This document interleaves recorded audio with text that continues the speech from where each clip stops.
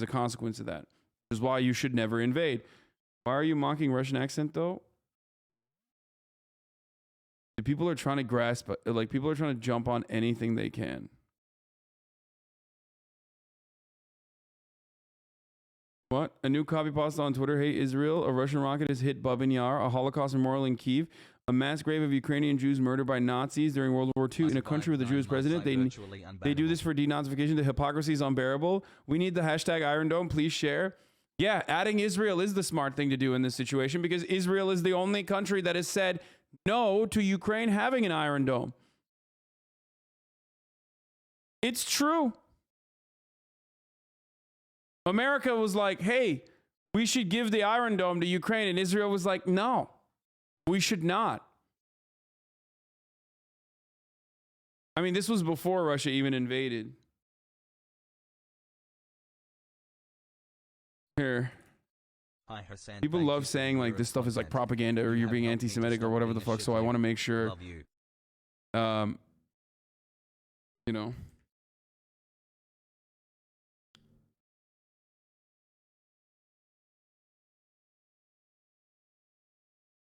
Ukraine is racist. Talk about the border and how they're not letting black/brown people through. Israel torpedoed sale of Iron Dome to Ukraine, fearing Russian reaction. Report. Kyiv approached the U.S. officials last year in a bid to buy system, but Israel reportedly vetoed the idea. 1.5 years Pogu Arjan. Yo, some people literally just want me to exclusively talk about the black and brown refugees that are victims of white supremacist racism at the border, I think, the entire day. I have already covered it. I covered it yesterday. I covered it today. I'm going to continue covering stories like that are coming out, and they're completely unacceptable. But like, if you want me to keep repeating it over and over again, then at a certain point, you just don't want me to fucking talk about what else is going on in this like active situation. Why didn't Ukraine just tweet at Russia that they would be gay if they invade? Putin would retreat immediately. Self-proclaimed commander-in-chief and didn't come up with a solution yet. Hasan, I agree. I thought they did for a second. They're doing a lot of memes, you know?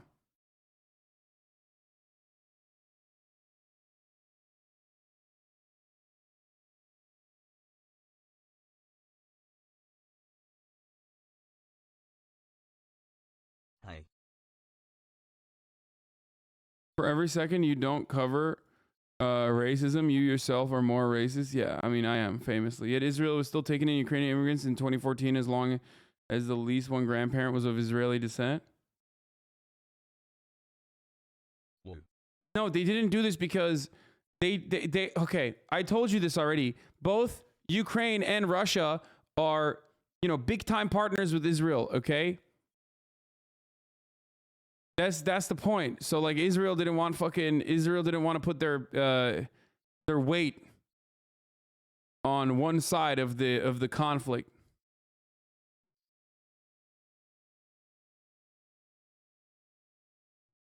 As a Dutch television professional, I just wanted to explain why the racism at the border argument doesn't have any truth to it, and it might be propaganda in an unbiased way. Google that Reddit thread, please. Hassle.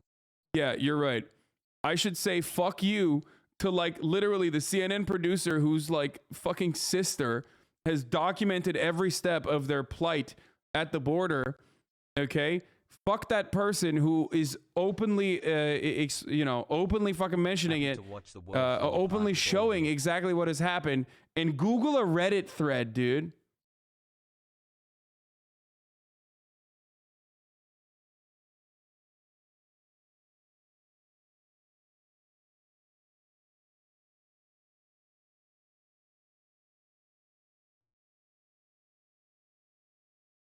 Keep it in your fucking pants, dude.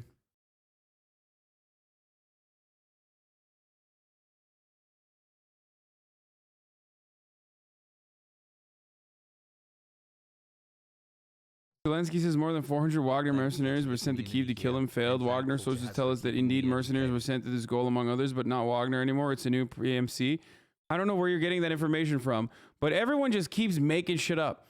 I thought the fucking Kadyrov battalion was trying to kill Zelensky. What happened? So it is actually the Wagner battalion, which is a private military contractor contracted by Russia regularly, led by a fucking bald Nazi skinhead fuck.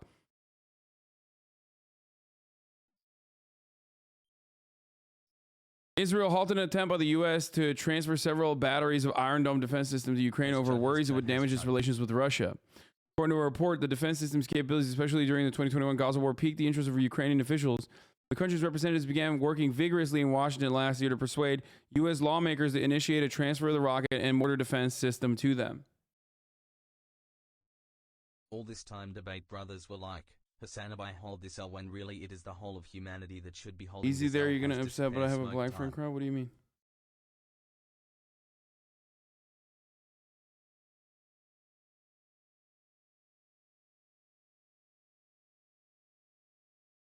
$12 months.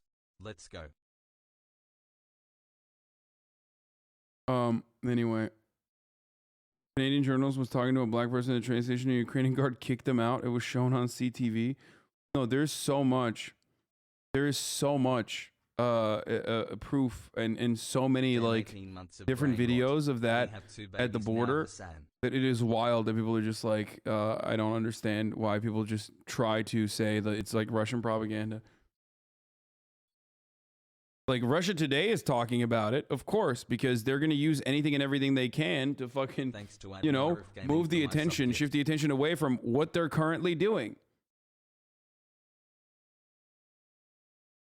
I don't believe that Wagner has a PR group, by the way. I think that that person just made that shit up. There is some weird relation Israel has with Russia. I work at a hotel and there's people with Israeli passports coming over speaking Russian. Are they settlers, Lamau? Dog, you're asking questions that I will not answer because Felix Biederman of Chapo Trap House is not here, okay? They have a special relationship. That's all I'm going to say. Go listen to him talk about Russian Israelis, okay? Not me. I don't know. I'm not saying anything, okay? That's separate. But also a very special relationship with Ukraine in the same capacity, for the record. Zelensky said more than 400 Wagner mercenaries. Where is this coming from? Love ugly girls? Or you're just like making this up?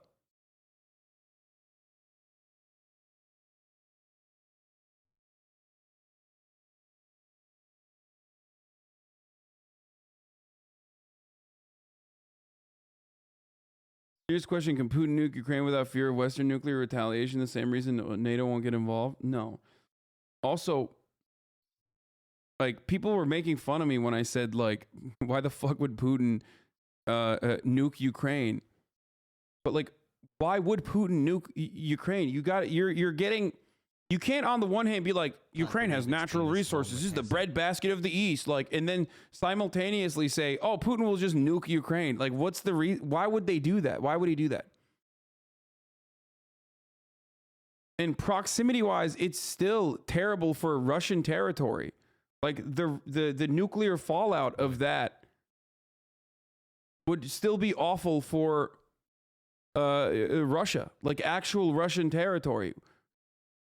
Winds would blow over the radioactive material. It would destroy entire ecosystems. People think that like a nuke is just like a big bomb. You know, it's like a bomb, but just bigger than like a normal bomb that you would think is big. If you're going to nuke someone, you would not nuke someone right next door. You would nuke someone far away. As flex. Why would he invade? You can never tell what the moves he's making recently. You know what? You're fucking right, dude. I did say Putin would never invade Ukraine. All of the reasons as to why I claimed Putin would never invade Ukraine because it'd be insane are now unfolding right in front of our eyes. However, you know, there is, again, no fucking reason for why Putin would nuke Ukraine. So maybe he'll do it. Okay? Who knows? I don't. I'm not inside of his brain. I don't fucking know.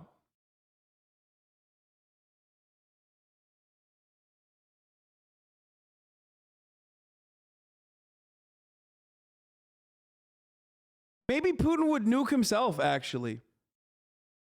Here's a simulation of a nuclear blast in a fucking major city. In the meantime, I do have something to share for you today. I generally reserve this channel for my own independent projects, but recently I've been working with the folks behind the Nobel Peace Prize, and not only have they been wonderful to work with in terms of support and creative freedom, but they have allowed me to post the video here on my channel. So thank you to them, and here's the film.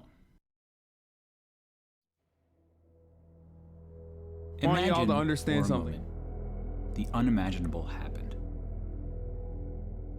A major city is hit by a nuclear weapon.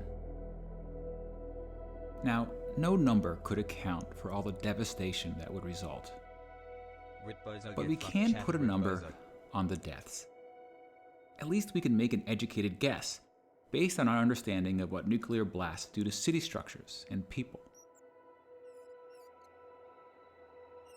We'll assume the bomb is detonated in the air to maximize the radius of impact, as was done in Japan in 1945. But here we'll use an 800 kiloton warhead, a relatively large bomb in today's arsenals, and 100 times more powerful than the bomb dropped on Hiroshima. Upon detonation, a fireball as hot as the sun would expand to a radius of 800 meters. Those near the blast would be vaporized. And within a 2-kilometer radius, all buildings would likely be destroyed. And we'll assume that virtually no one survives inside this area. Real or fake? Which, based on population density, would start the death tally at 120,000 people.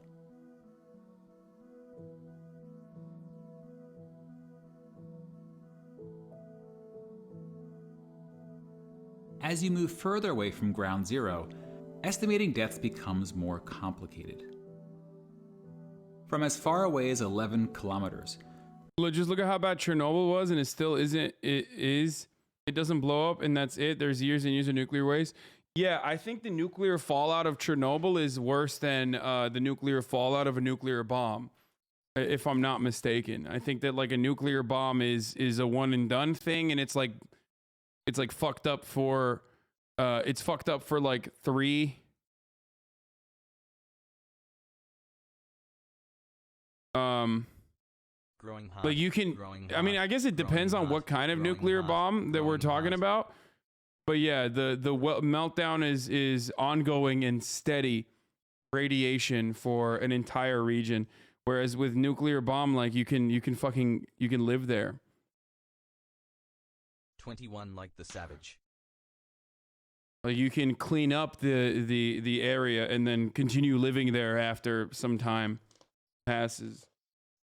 However, proximity to a nuke is still pretty significant when you're having a conversation about like Russia launching nukes at Ukraine, especially if you're talking about like their interest personally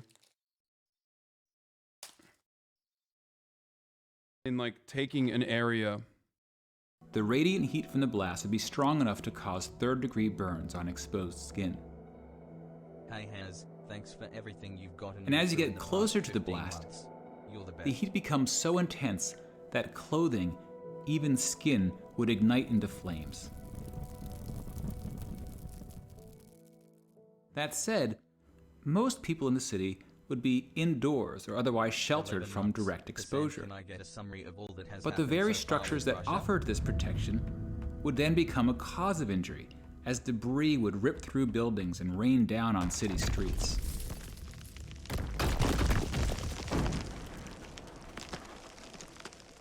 At HasanAbi 6 months without ads. As a rough estimate, we can assume that half the people between 2 and 11 kilometers from the blast are killed, from burns, debris, smoke, collapsed buildings, and radiation sickness. Which translates roughly into an additional 500,000 people. Many of these deaths will occur days, even weeks after the attack. Radiation sickness takes about a week to cause death.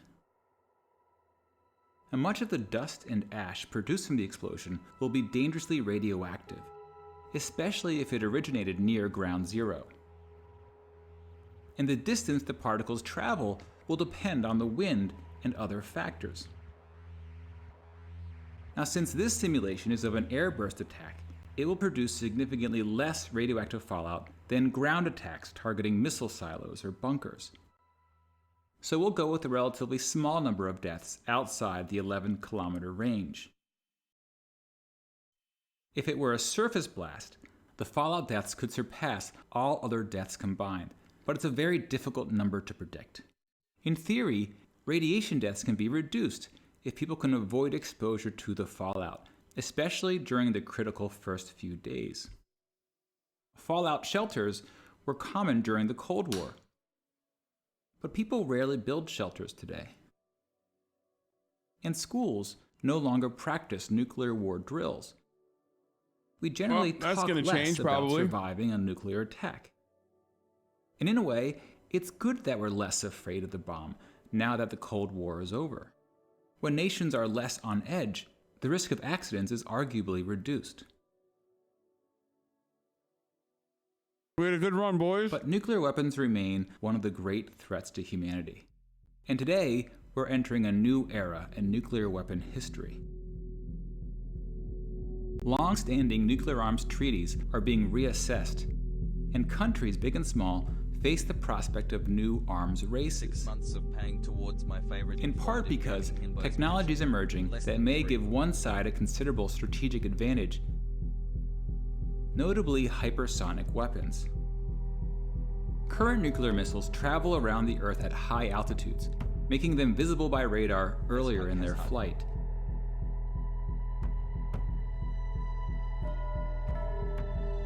Now, some hypersonic vehicles travel close to the Earth, through the atmosphere, at least 5 times the speed of sound, giving defending countries far less time to react.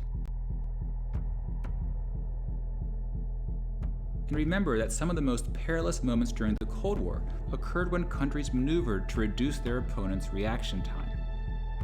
And the less time countries have to react, the more likely an accident will occur, or a rash judgment. And then you have smaller nukes that blur the line between conventional and nuclear weapons, providing a more slippery path to nuclear escalation. Now, for ordinary citizens, nuclear weapon policy may seem like a complex, even intimidating topic. But leaders often consider public perceptions when making policy. In many countries, voter opinion is an important factor. Whether you believe nuclear weapons have made the world safer. Bro, that's why I'm saying, like, if you're a government, dude, you want to build a nation, brother, you need one of them shits. You need one of these, okay? Straight up, if Ukraine never gave away its nukes, they would literally not be in this position right now. They couldn't even use the nukes. The Hasan doctrine is alive and well, boys. I'm sorry. Okay? I'm sorry. I have to be truthful. Hasan doctrine is you need nukes. Never give up the nukes.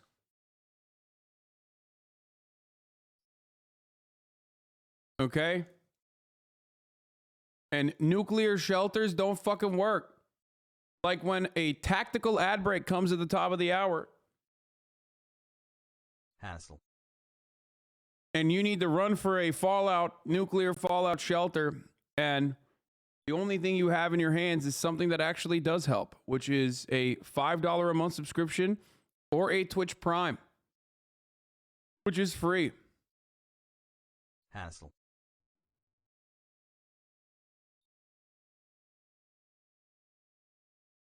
See me there, leave me there. I'm not leaving Ukraine.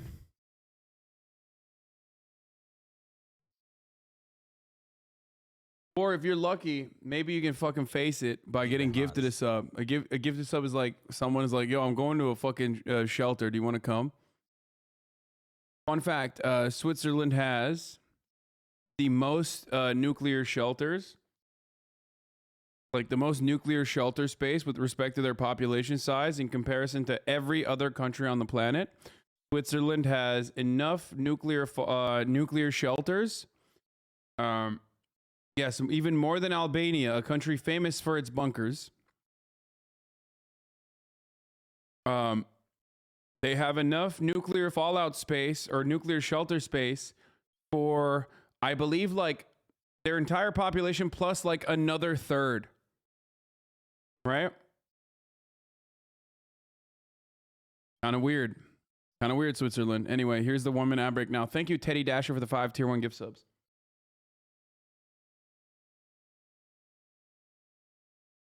Okay, let's continue. Or more dangerous. Both sides generally agree that the bomb brings an unparalleled risk, and that there are things we can do to reduce the risk. Like minimizing how many countries get the bomb, or scaling back Cold War arsenals, or stabilizing technology races, or pledging to never be the first one to strike. Such ideas have often resulted in signed treaties, some of which have held for decades. Some are at risk of expiring, and some just need a final push to become activated. Yeah, By just being a little steadfast in these efforts and not walking away from diplomatic achievements, we can continue the work of ensuring that this nightmare simulation never becomes a reality. That Abus Slovakia, it's If you would like to bullshit. learn about I'm from specific Slovakia, policies that could dude. help reduce the risk of nuclear war, Hiroshima before and after.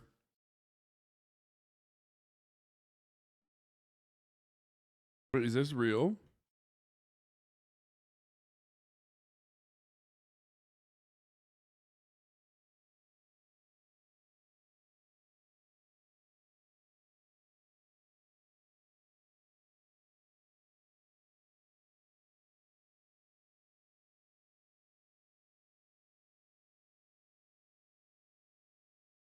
Hello.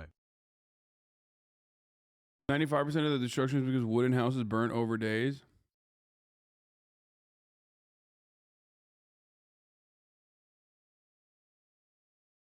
The future $18 million doomsday bunker in Vegas. Okay, dude, I can't do this right 17-month now. Brain rot. Russia good actually. Have you been keeping little Slash S. bottle caps? Yes. A quick video comparing all the nukes in the world size-wise. I mean, not that it fucking matters. I feel like the size of the nuke does not matter. Oh, this is showing like, you know, the blast size of bombs versus a nuclear bomb.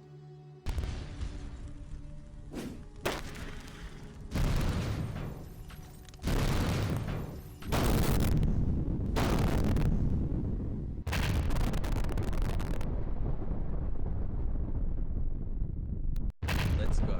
Let's get this news pog.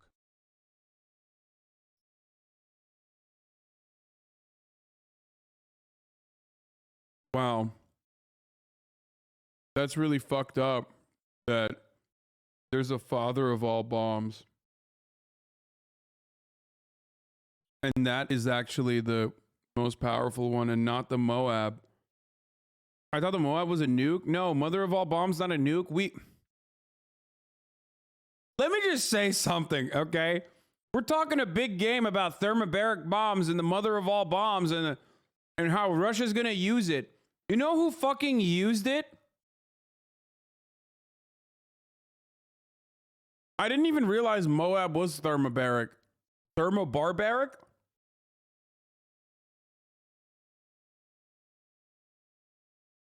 What? Is that a distinction? I don't even know what the fuck this is. We did, by the way, for the record. That was like the fucking first thing that Donald Trump did was literally drop a Moab.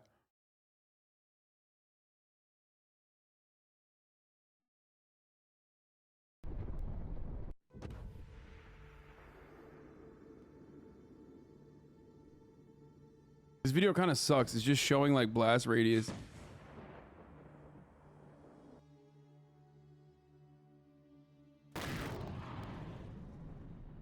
Little boy atomic bomb uranium used on Hiroshima, Japan, World War II. Batman atomic bomb plutonium, deadliest bomb used on civilians, World War II. Callback bomb 1 ton. Radiation fallout worse than blast. This is, I think, the worst video I've ever seen on this. Like, it's actually the worst video I've ever seen on this. Like, there has to be a better video than this. Am I crazy? It's like incredibly scuffed. I can't watch this. I'm sorry. That other video was really good though. Okay, let's see. Ford suspends operations in Russia until further notice. International Court of Justice will hold public hearings in next week over accusations of genocide in Ukraine. Wait, what? Oh, they're going to look into Ukraine and whether or not there's actual genocide happening in Ukraine. That's what they're doing. Okay. All eyes on Putin as crisis escalates. What's happening there in Ukraine. All eyes also on Vladimir Putin as this crisis escalates. Our foreign correspondent James Longman has the latest from Moscow on Putin and his inner circle. James, hello. Wait, why is Ukraine the West's fault from 2015? Turns out you agree with Henry Kissinger. Dog, this is not Henry Kissinger. This is John Mersheimer. Henry Kissinger doesn't agree with me, I don't think. What the fuck do you mean? Turns out I agree with John Mersheimer. Oh, yes, I do agree. And I have shown clips of this. Yes. John Mersheimer says that leading up to 2014, there was no conflict, no escalations whatsoever. He doesn't get fully into, I mean, I don't know, actually. He might actually get fully into like the Euromaidan protests and like what it turned into. I think one of the most unacceptable parts of this was EU recognition being considered an act of aggression. I don't believe that. I don't think that like EU recognition inherently is an act of aggression. I don't think that's Western imperialism, even though like they are going to fucking take advantage of Ukraine and Ukrainian, cheap labor in the same way that like EU did for Poland. But watch this. Shut the fuck up. Hassle. Wait, Mersheimer in this talks about Kissinger, and Kissinger actually agrees in this? That's crazy.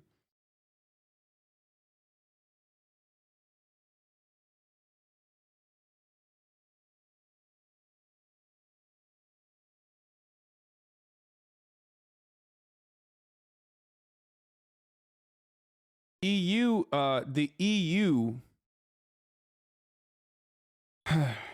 like Ukraine joining the European Union would definitely be weaponized in the future.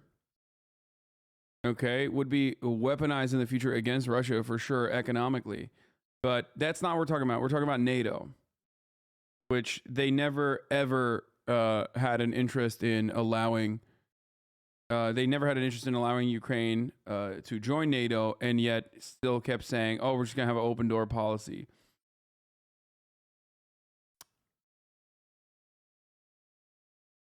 Kissinger does have a good understanding of world politics. I mean, he's just a brutal fucking genocidal psycho. To settle the Ukrainian crisis start at the end. I'm no fan of Henry Kissinger, but I have to admit, he does have a very realistic understanding of world dynamics. He writes that the West must understand that to Russia, Ukraine can never be just a foreign country. Russian history began in what was called Kievan Rus. The Russian religion spread from there. Ukraine has been part of Russia for centuries. Points out that Ukraine is divided between the West, largely Catholic and speaking Ukrainian, versus the East, largely Orthodox and speaking Russian. Consequently, any attempt by one wing of Ukraine to dominate the other would lead to a civil war or breakup.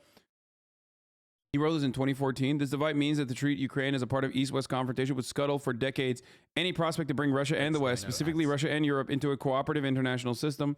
He therefore advises the following. A wise U.S. policy towards Ukraine would seek a way for two parts of the country to cooperate with each other. He would seek reconciliation, not the domination of a faction. He's also adamant that Ukraine should not join NATO. Holy fuck, I literally agree with Henry Kissinger. This is... What the fuck? No more Rad Saj. Broken clock? Oh my god. That's insane, dude. I mean, not to say that, like, Ukraine has to be a part of Russia. That's not what I'm saying at all. Do not misunderstand what I'm saying. Okay? That's not. But neutralization, a neutral Ukraine would be a prosperous Ukraine. A neutral Ukraine would be allowed to strategically take advantage of Russian... I mean, not anymore, obviously. This is before this invasion, for the record. Before this invasion. But... because I want to annotate that. So pre-Russian invasion developments are very different than post-Russian invasion. Okay, not anymore. But if you were to consider it, if you were to consider the build-up to this invasion and opportunities for neutralization, a neutral Ukraine is a Russian-Ukraine neutrality is not possible. I think that Russia 100% would have not. Russia did not want Ukraine to be neutral. Of course, Russia wanted Ukraine to be weak and dependent on Russia. Certainly. Same with Europe. Same with Europe. Same with the European Union. Same with NATO. None of those motherfuckers care. Okay, let's be real. Please do not think that like. Do not think that like America gives a shit about Ukrainian lives. Don't be crazy. They just, I mean, American people might, but the American government does not.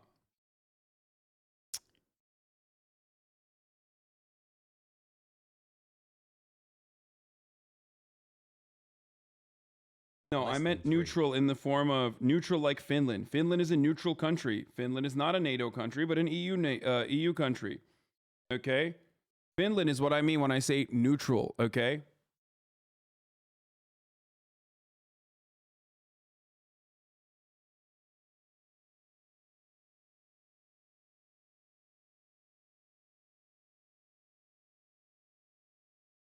And that's, of course, pre-invasion, which is why Finland now has like a 56%, or 53% of Finnish people want to join NATO now.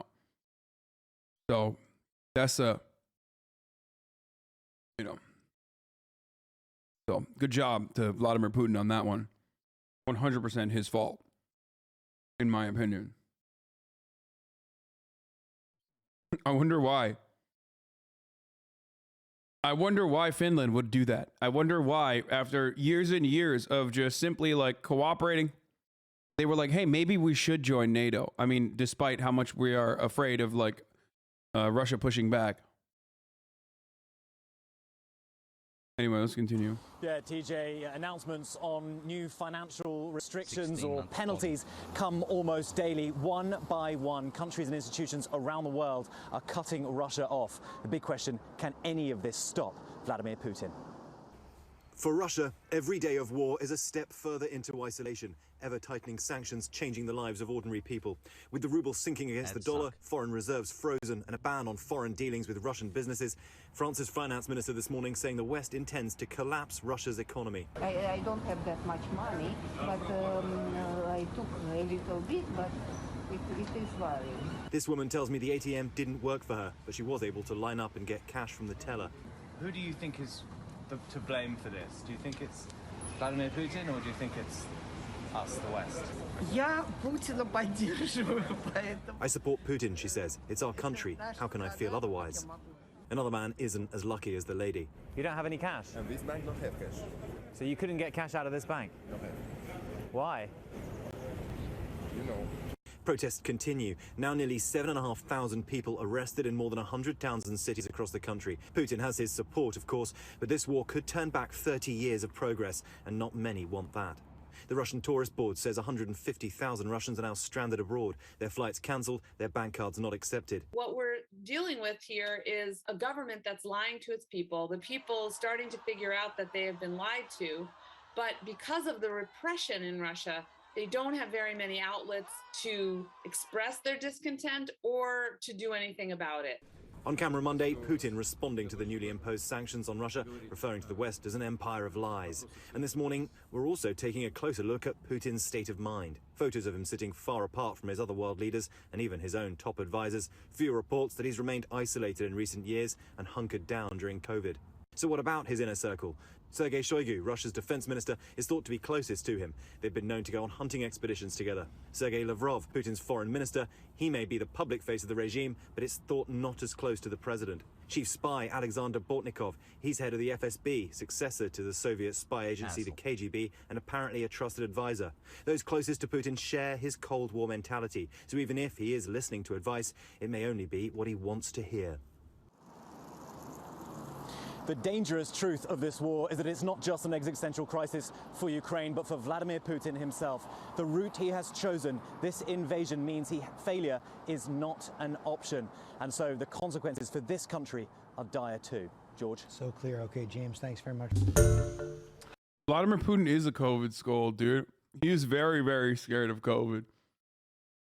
Like, he might not be a COVID scold in his personal life, but he's definitely terrified of COVID. Retired Marine Colonel Stephen Ganyard. And Stephen, you heard Ian say the battle is closing in. Putin is ordering in Chechens. He's ramping up the air attacks. This battle is clearly reaching a new phase. Do you believe the theories that Putin's had a bit of plastic surgery done? What?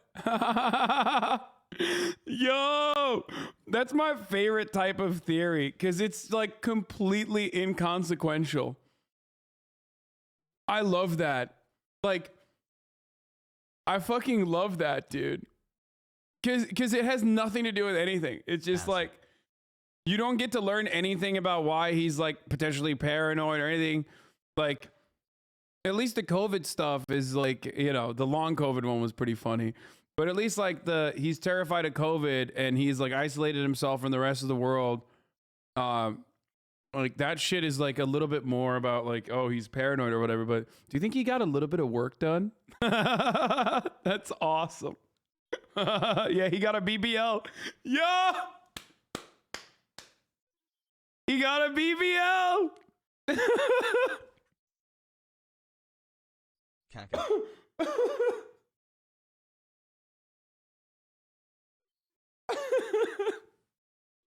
No, dude. Yeah, he got a BBL and the fucking and it you know didn't poison his blood, but it poisoned his brain. Yeah, George, things are changing.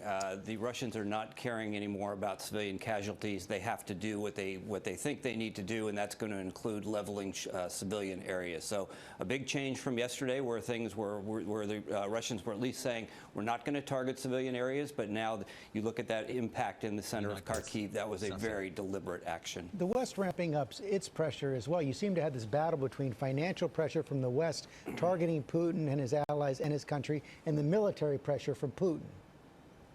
Yeah, and at this point, it's frankly, as James noted, it's Mr. Putin's future that's on the line here. So as the sanctions ramp up, there are two things that come into play here. Time. Both sides need time.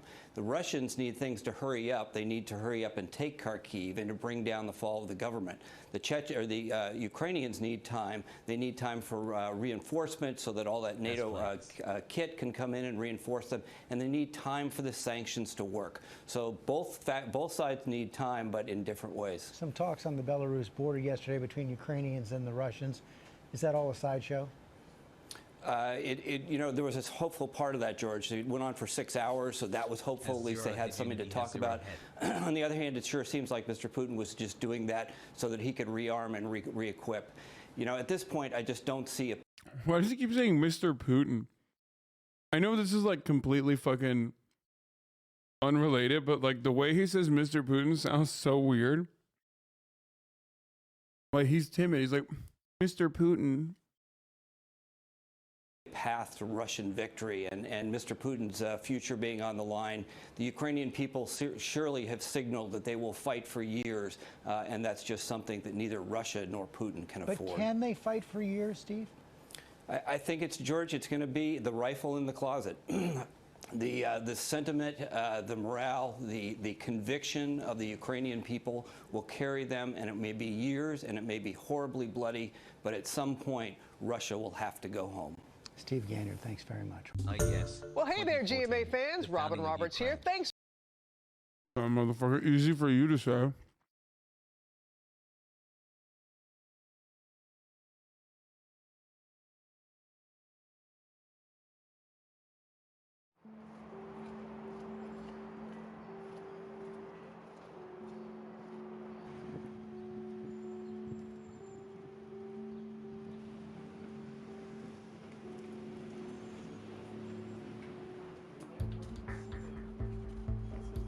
Finland doesn't 100% want to join NATO. It's very 50-50 and the government is definitely not pushing it. It's just the citizens panicking about it on the internet coming from a neutral Finnish person. Yeah, but sentiment has never been, public sentiment for joining NATO has never been as high, if I'm not mistaken, in Finland. Like they were always comfortable in neutrality.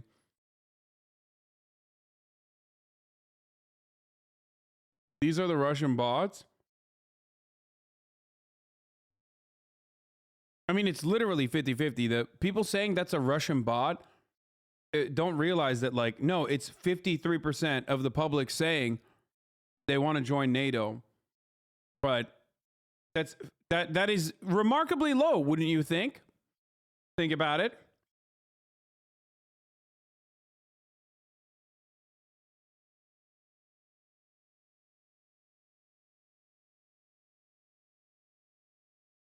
It should be much, much higher.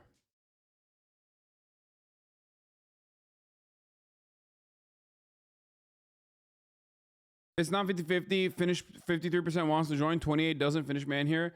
No, it's not 28%. It's higher than that. And then the rest of them don't have an opinion, I think. But yeah, 52% wants to join. Я думаю, что мы пойдем в каменный век. But again, it doesn't matter. What matters is what the government does. Если сейчас ребята, наши старшие друзья, не договорятся, то... But it totally makes sense that they would want to join. Медным тазом.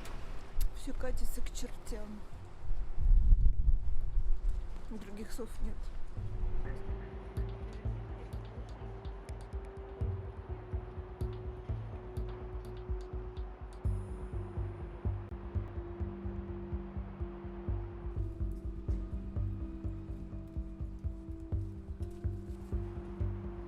You're so cool.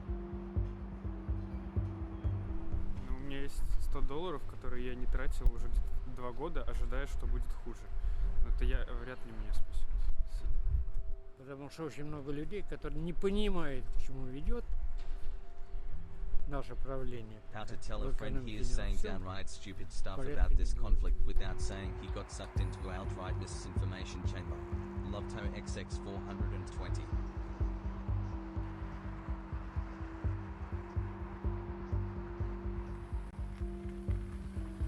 So the answer to the conflict is New Italy, right? Yeah.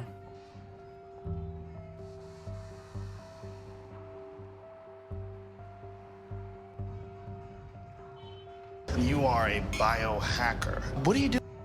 Пока сложно что-либо. Thousands of refugees leave Ukraine, women and children. What's Belarus got to do with Russia, Ukraine? Where is Belarus, and what does it have to do with the conflict between Russia and Ukraine? I love this. I love that the conversation started with, where is Belarus?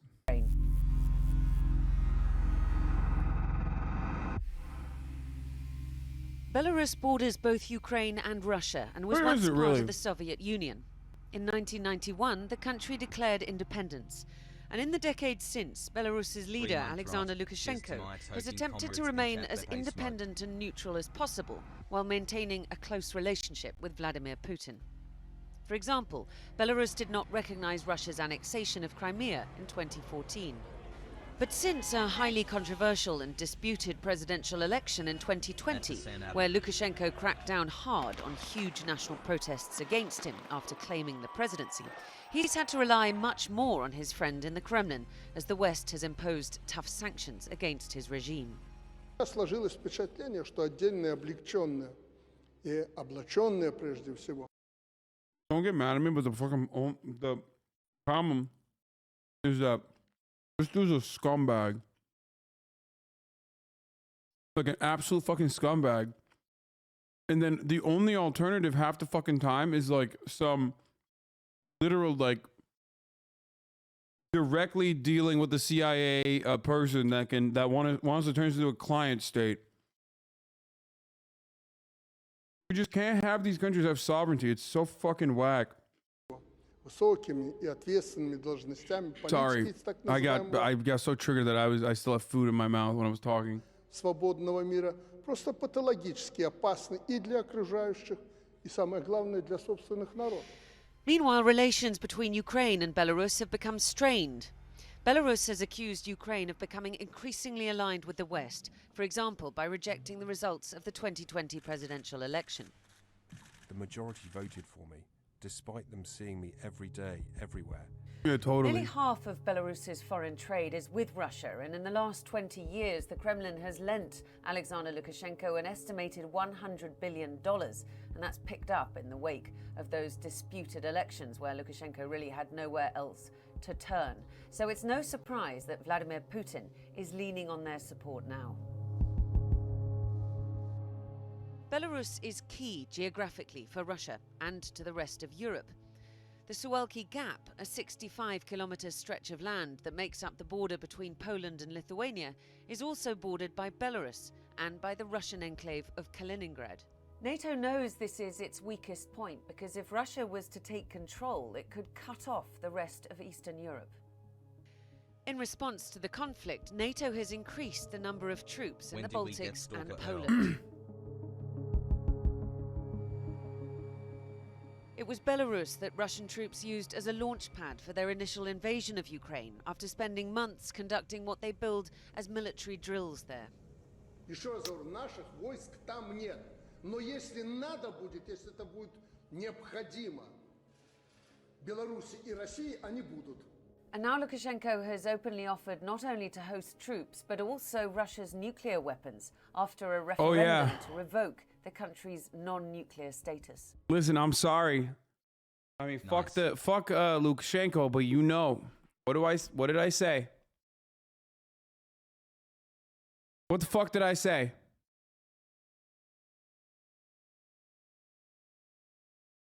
HasanAbi doctrine, dude. You gotta get nukes. You gotta get a fucking nuke, dog. He's doing the right thing, dude. For his own, to solidify his regime, he's like, yep, I'm gonna get a fucking nuke. Fuck yeah, I'm gonna get a nuke.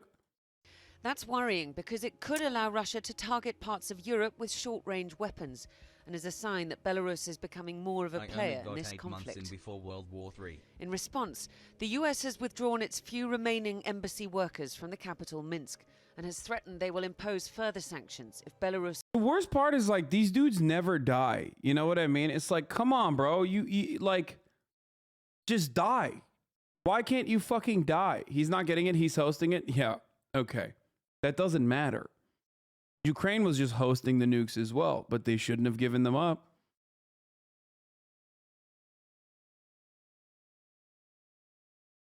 Why can't these motherfuckers ever die? That's the worst part about this is, like, dude,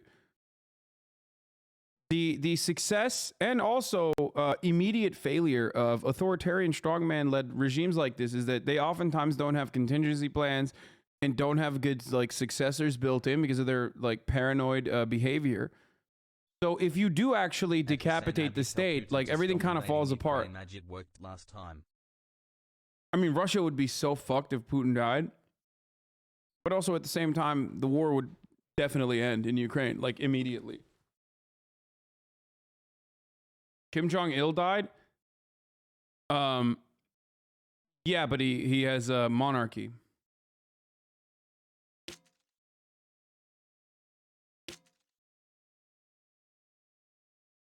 So there's that.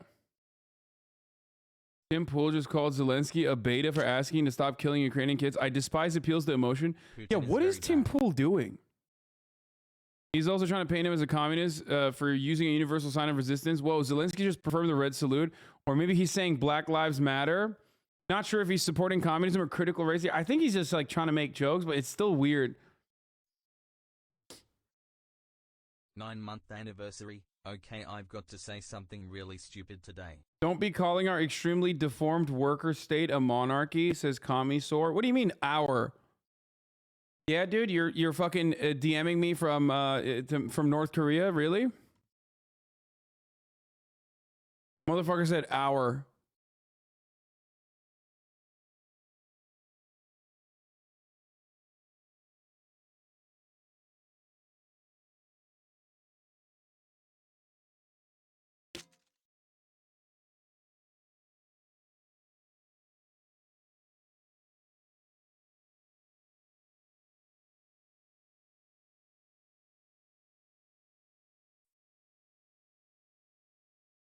You race keeping?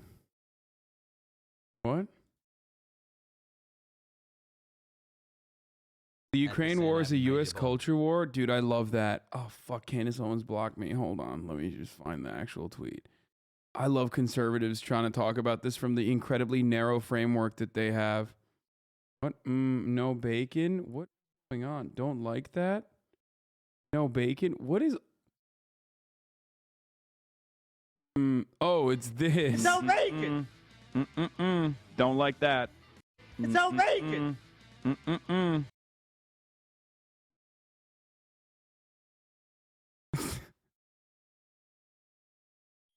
4 months. Pretty soon you'll be able to get a vaccine with that will prevent war. Then you'll find out it doesn't actually prevent war or stop wars from spreading worldwide, but 2 doses and can make wars less severe. So it may, with the fourth dose, if it were our eyes, you'll be less likely to die. Wait, is she saying she wouldn't take that vaccine? Because if that was the case, and like you were less likely to die in war, I would take that vaccine. Like, why would you not take that vaccine? That's so stupid. Even in her analogy, it doesn't make sense. Like, I know that she's trying to say like, well, the vaccines don't actually do anything, but it's like, no, you're still saying they do something, and I would do that.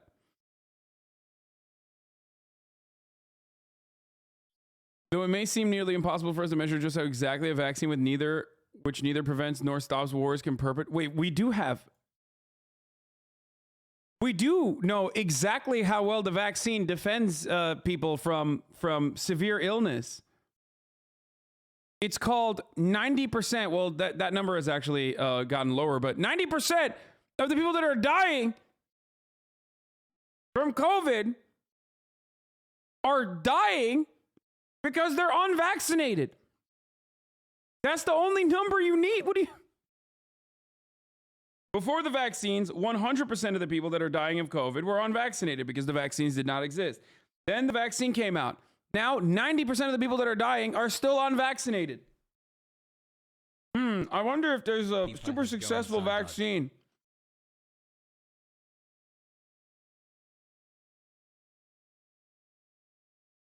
Crazy.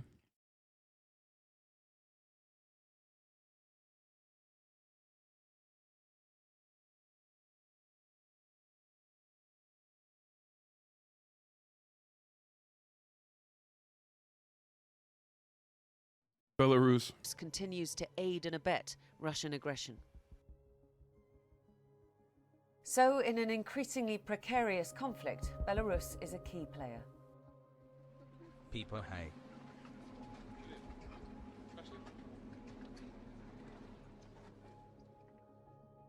The Russian invasion will, of course, be a big issue for President Biden tonight in the State of the Union address. But a new CBS News poll just out this morning finds that Americans also have other issues on their minds. And the poll also shows that the president's overall approval rating is at 44%, a number that is 18 points lower than just a year ago, driven down in part by growing concerns over the economy and inflation. Ed O'Keefe is at the White House for us. Ed, good morning. What do we think the president's going to do to try to get these numbers up? Well, good morning, Tony. The speech he's giving tonight is certainly not the one he was expecting to give even just a few weeks ago. But the Russian invasion has forced a rewrite. And that same poll shows most Americans want to hear about the president's foreign policy and how a war in Europe could affect people here at home. As Russian attacks intensify in Ukraine, new CBS News polling shows a majority of Americans supporting U.S. actions in response to Russia. But they're also concerned about a wider war. President Biden is downplaying Russian President Vladimir Putin's decision to put his nuclear forces on alert. Mr. President, should Americans be worried about nuclear war? No. And the isolation pressure continues. Dude! How are you going to not love Brandon, dude? That's my favorite Brandon, okay? There's many Brandons out there. You got Sleepy Brandon. You got Creepy Story Brandon, which is another one of my favorites. But my favorite Brandon is the quick answer on the exit Brandon. Like when he was asked by that fucking conservative troll, like, how many genders are there? Joe, Mr. Biden, Vice President Biden, before when he was running for president. Vice President Biden, how many genders are there? And he goes, at least 3.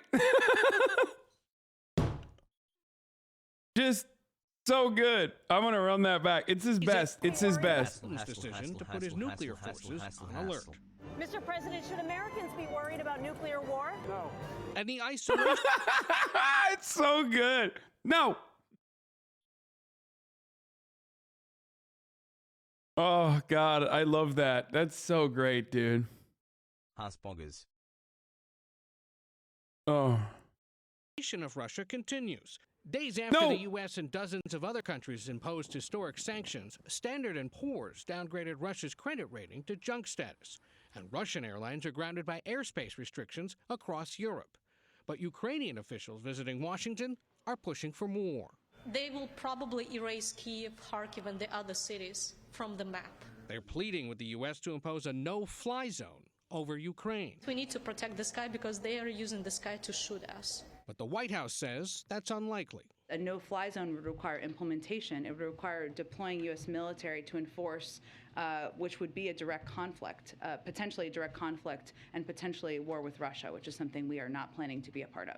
On Capitol Hill, lawmakers are now focused on sending more weapons and humanitarian aid to Ukraine. Vladimir Putin will lose this battle. He will lose this war. He will be a pariah amongst not only NATO and America, but amongst all civilized nations around the world. The economic impacts on energy and food prices as a result of this conflict are not just going to go away until... The reason why Marco Rubio is like constantly fucking reporting on Intel is because I can't say it. There's like 76,000 people in here now. People are going to say I'm body shaming him. I was going to say his ears are so large he's able to fucking he's able to intercept Russian FM frequency radio conversations and report on it before anybody else. But I know that like now I have like a bunch of fucking randos in here and they're going to be like, "Oh my God, like you're body shaming." Don't worry. I heard Felix Biederman said that actually. Wait, he did?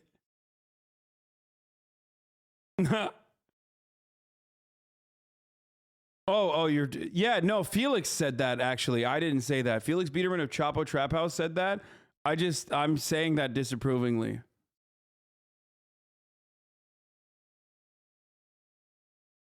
It's just real sad that Marco Rubio probably heard me say this. He doesn't even have my Twitch stream open. He just heard me say it. Is another joke that Felix Biederman of Chapo Trap House would make if he were making jokes like this. Which I would not be making a joke like that because I've never body shamed in my life.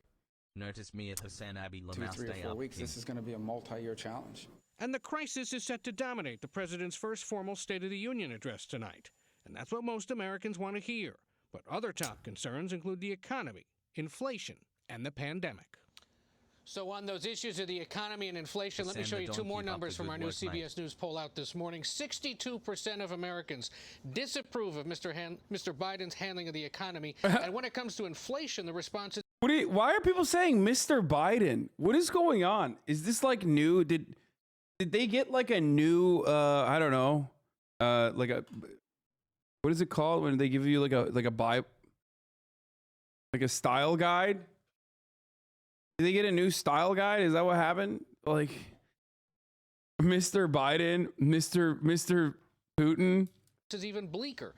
70% disapprove of his response to the recent spike in prices.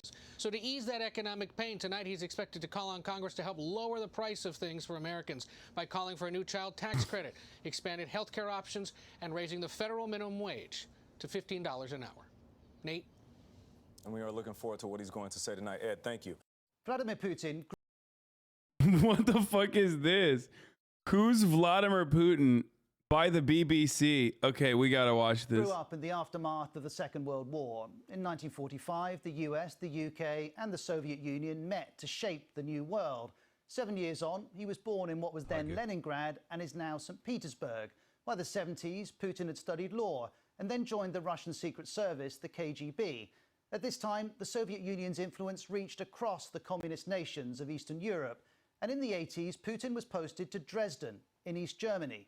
From there, he witnessed the fall of the Berlin Wall, the fall of communism. This was a visceral example of people power. To Putin, though, the demise of the Soviet Union was the greatest geopolitical catastrophe of the century. I don't know why people say this in the fucking West. Like, it's demonstrably true. Literally just look at like what has happened to the life expectancy of people living in post-Soviet countries and then compare it to the fucking USSR. If you want to understand like how devastating it was, like, yeah, the USSR through its history certainly had its fucking moments where, you know, things were not great, especially for Ukrainians, obviously.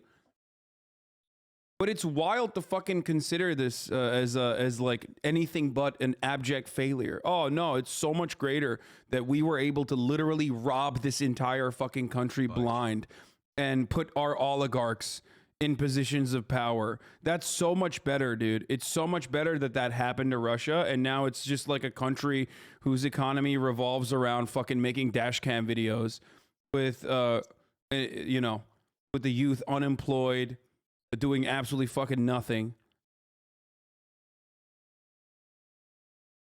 And we're just like further starving them too. You're a fucking piece of shit for making fun of his ears, dude. You're just making chatters with massive, dummy, thick elephant ears, self-conscious. And while that demise was negotiated, Putin was heading home to find a place for himself in the new Russia. Russia's president... Dude, we're talking about the same century as World War II. That's the point about his quote. The demise of the Soviet Union was the greatest geopolitical catastrophe of the century. Yeah, no shit. You know who fucking absolutely pushed world, like, you know who fucking championed the World War II victory? The USSR. What the fuck do you mean? The Soviet Union. Of course he's not going to say, what do you think he's going to say? The fucking Third Reich was the worst, the destruction of the destruction of Nazi Germany was the greatest geopolitical catastrophe of the century? No, that he sees that as a fucking dub. 4 months XOXO. That's awesome. Like, he thinks it's that's great, probably. I would assume. Most people think that that's great.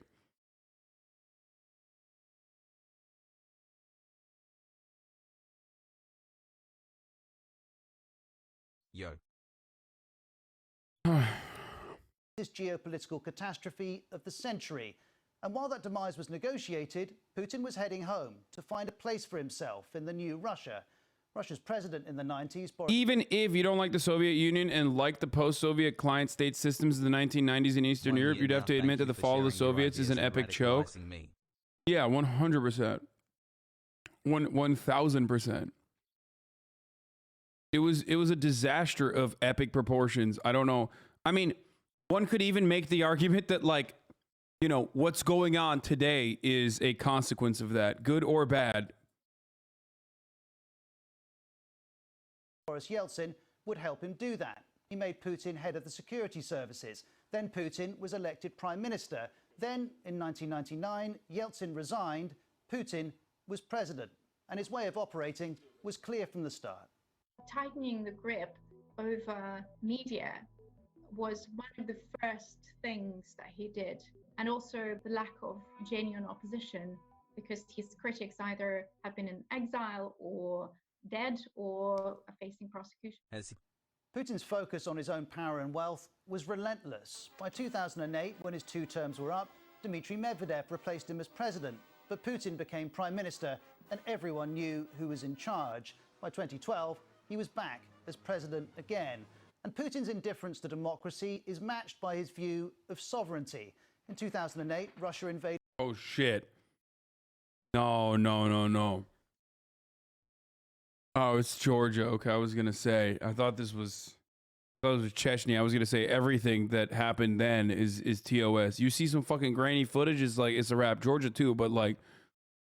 invaded Georgia to support separatists. In 2014, Russia annexed Crimea from Ukraine. It supported separatists in eastern Ukraine. And in 2018, a former Russian Secret Service operative was poisoned in Salisbury. The UK says Russian intelligence was responsible. To Putin, the rules are for him to make. He said as much himself. Why doesn't Putin move his right arm when he talks? He's a gunslinger, as they say. They say that when he walks, he doesn't move his right arm, not when he talks. I hope no one will cross Russia's red line, but in each case, we are the ones who will decide where the red line is. I mean, he's moving his right arm right there. There you go. But when he's walking, he doesn't move his right arm. And that is because... Journal from 1990. Oh, life expectancy of Russian men falls to 58. The transition to market economies in many post-communist societies of the former Soviet Union and other former Eastern Bloc countries in Europe has produced a demographic collapse. A recent report by the United Nations Development Program has found. Among the most serious findings is a 4-year drop in life expectancy among Russian men since 1980, from 62 years to 58. The development programs report also noted significant drops in life expectancy in Armenia, Belarus, Bulgaria, Latvia, Lithuania, and Romania. The immediate cause of the rising mortality, said the report, is the rise in self-destructive behavior, especially among men. Old problems such as alcoholism have increased. Drug misuse, relatively new problem in the former communist blockos. 7 months hearts. Communist blocs have risen dramatically in recent years. The report transition 1999 stated the suicide rates have climbed steeply too, by 60% in Russia, 80% in Lithuania, and 95% in Latvia since 1989.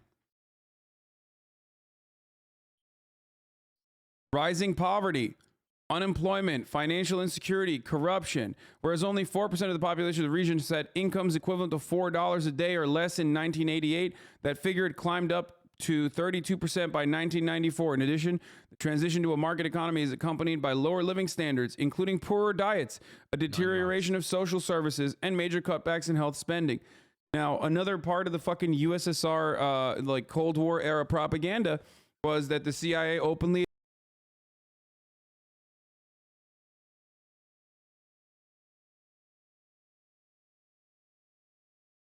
admitted at the time that the Russian diet was healthier than the way that they presented it in the media.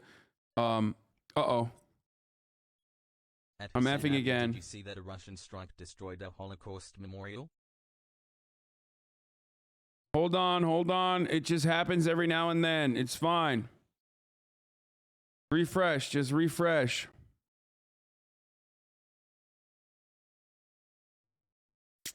I'm back. We're back. It was a quick F. It was a brief F, even though it's fucked up. I don't know what that was about.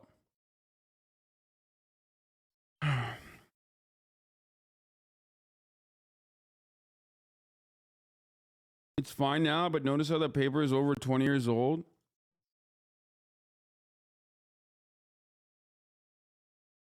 Oh, I said the CIA openly mentioned that the Russian diet was much healthier than the way that they presented it in the media.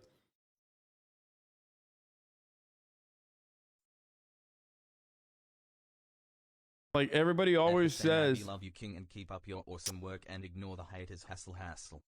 Everybody always fucking says, like, oh, dude, you know, Russians, breadlines, Russia, breadlines, USSR, breadlines, Holodomor. It's like, there were gigantic missteps, certainly.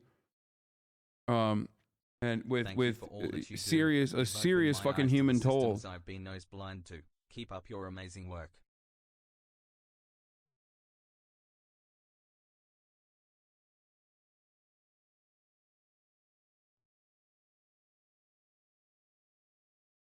Why do you keep fiddling with your cyanide tooth? That's a good one, dude. Yeah, I have a cyanide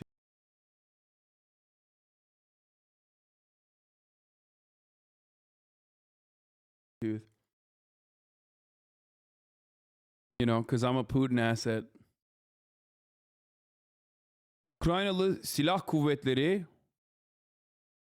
What is going on? Oh shit. Ukraine, free Palestine. What the fuck?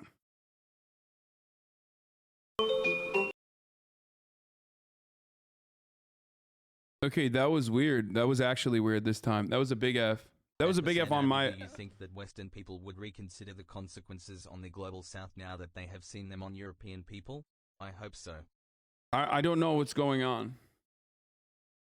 Stop saying time to reset the router, okay? I don't know what the fuck is going on.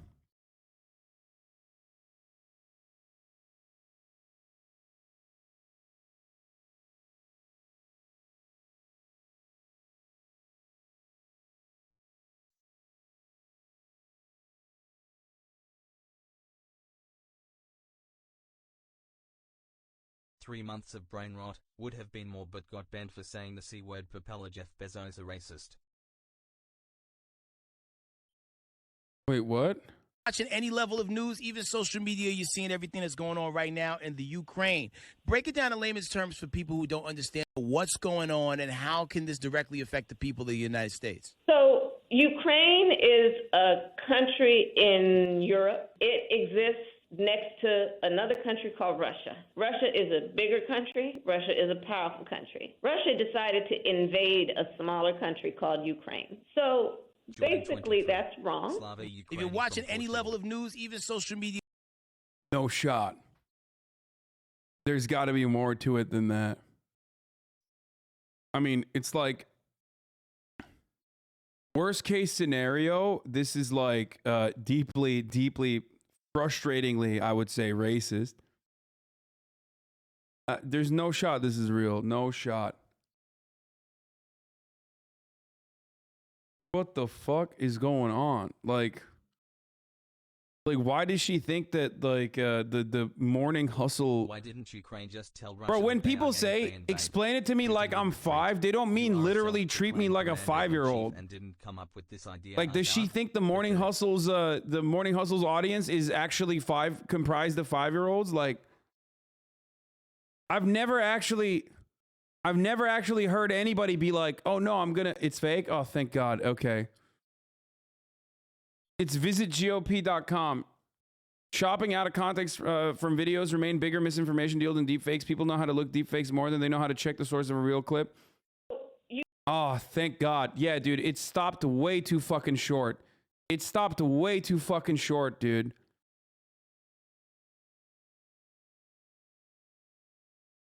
Ukraine is a country in Europe. It exists next to another country. Russia is a powerful country. Russia decided to invade a smaller country called Ukraine. So basically, that's wrong. And it goes. They literally cut it after baited easier than a boomer. Wait, my first inclination was that this is not real. What do you mean, basically?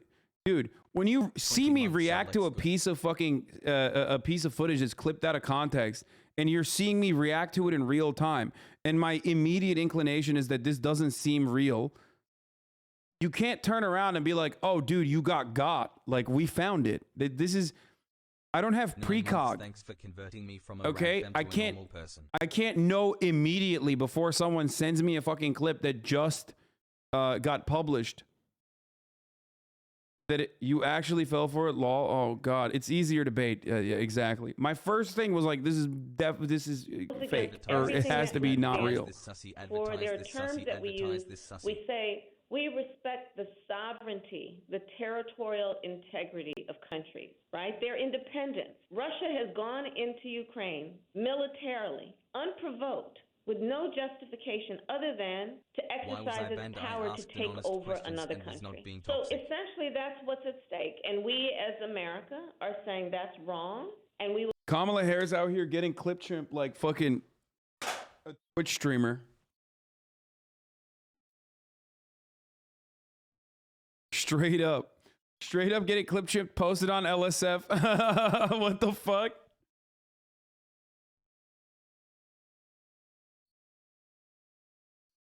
And by a Twitch streamer, I mean myself. We will stand with Ukraine in saying that that is wrong. But that's essentially where we are. That's essentially the issue. And when it comes to what we know to be principles of fairness, we know that what Russia is doing is wrong. When it comes to what needs to happen then, well, there needs to be severe consequence and accountability. And that's why you'll hear on the news that we talk about sanctions, which is basically having Russia pay a financial cost to the point that we can have a real impact, put a real hurt on their economy as a consequence for their bad behavior, which is resulting in the loss of innocent lives. And that's where we are. That's what the issue is, essentially.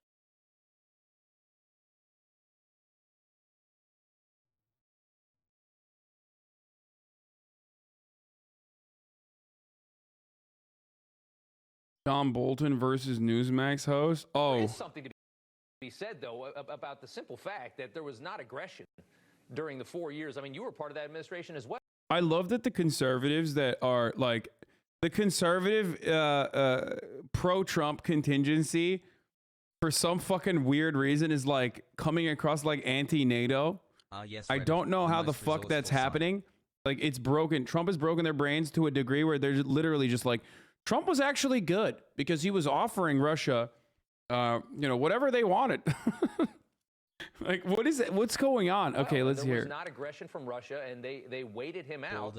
It seems, and made a move. I mean, we have a list of things that the Brookings Institution says the Trump administration implemented 52 policy actions against Russia, was pretty tough on Russia in a lot of ways, forcing NATO members to pay up, as we know, sanctioning Nord Stream 2, oligarchs close to Putin were sanctioned, selling anti-tank weapons. Force NATO members to pay up, sanction Nord Stream 2. This is true, by the way. Like, people are always like, Trump is Russia's, like, Putin's puppet. But, like, this literally was something that Donald Trump did that Joe Biden reversed. Okay? Have a great day, Hasan. Now you're just making things up, Hasan. No, this is real. He did sanction Nord Stream 2. Just because it's on Newsmax doesn't change the reality that this is real, factually accurate information. You can fucking look up a Reuters article on it as well. He did do that.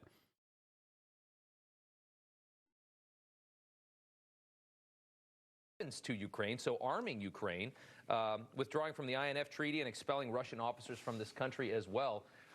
He looked in 2018. He looked NATO members in the eye and talked about the reliance on Russian energy by Europe and how horrible that was.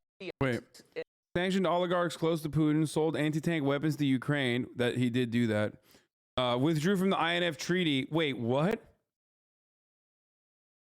Expelled Russian officers. In 2018, he looked NATO members in the eye and talked about the reliance. Wait, why did he? Why is he saying that the withdrawal of the INF treaty was a fucking good thing? If there's one thing that was not good in that situation, like, okay, for the record, just because I said if you're a small nation, you need to get nukes immediately, does not mean that making stuff up again. You forget a lot of these actions involved Congress overriding Trump. Oh yeah, so Trump was like, I don't want Russia to be sanctioned in any capacity, like Nord Stream, which Biden literally changed. So Biden's administration and Biden's Congress had a different approach to sanctioning Nord Stream 2, but Trump's didn't. I wonder why. I wonder how. Like, I'm sorry that it goes against your narrative that there are things that he did that were also against Russia. Okay, yeah, Magnitsky is one thing that was for Russia. You are not well informed or don't remember how this played out. Wait, no, don't ban him. He might have additional information. Don't always ban people that say that. He was forced to do that by the Senate. Again, he was forced to do this by Congress. You are not well informed or don't remember how this played out. No, don't ban every single person that says you are... Russian energy by Europe and how horrible that was. I mean, he took a very tough stance against Russia. I'm surprised you don't think that he would have handled this better than Joe Biden. No, he did not. He did not. We didn't sanction Nord Stream 2. We didn't sanction Nord Stream 2. We should have. We should have brought the project to an end. We did impose sanctions on Russian oligarchs and several others because of their sales of S-400 anti-aircraft systems. What do you mean? We did do that. What the fuck? Definitely did that. They got Mew 3. They had Mew and Mewtwo in the first game, but we're 700 Pokemon in. What sanctions were waived then when Biden fucking waived the sanctions on Nord Stream 2?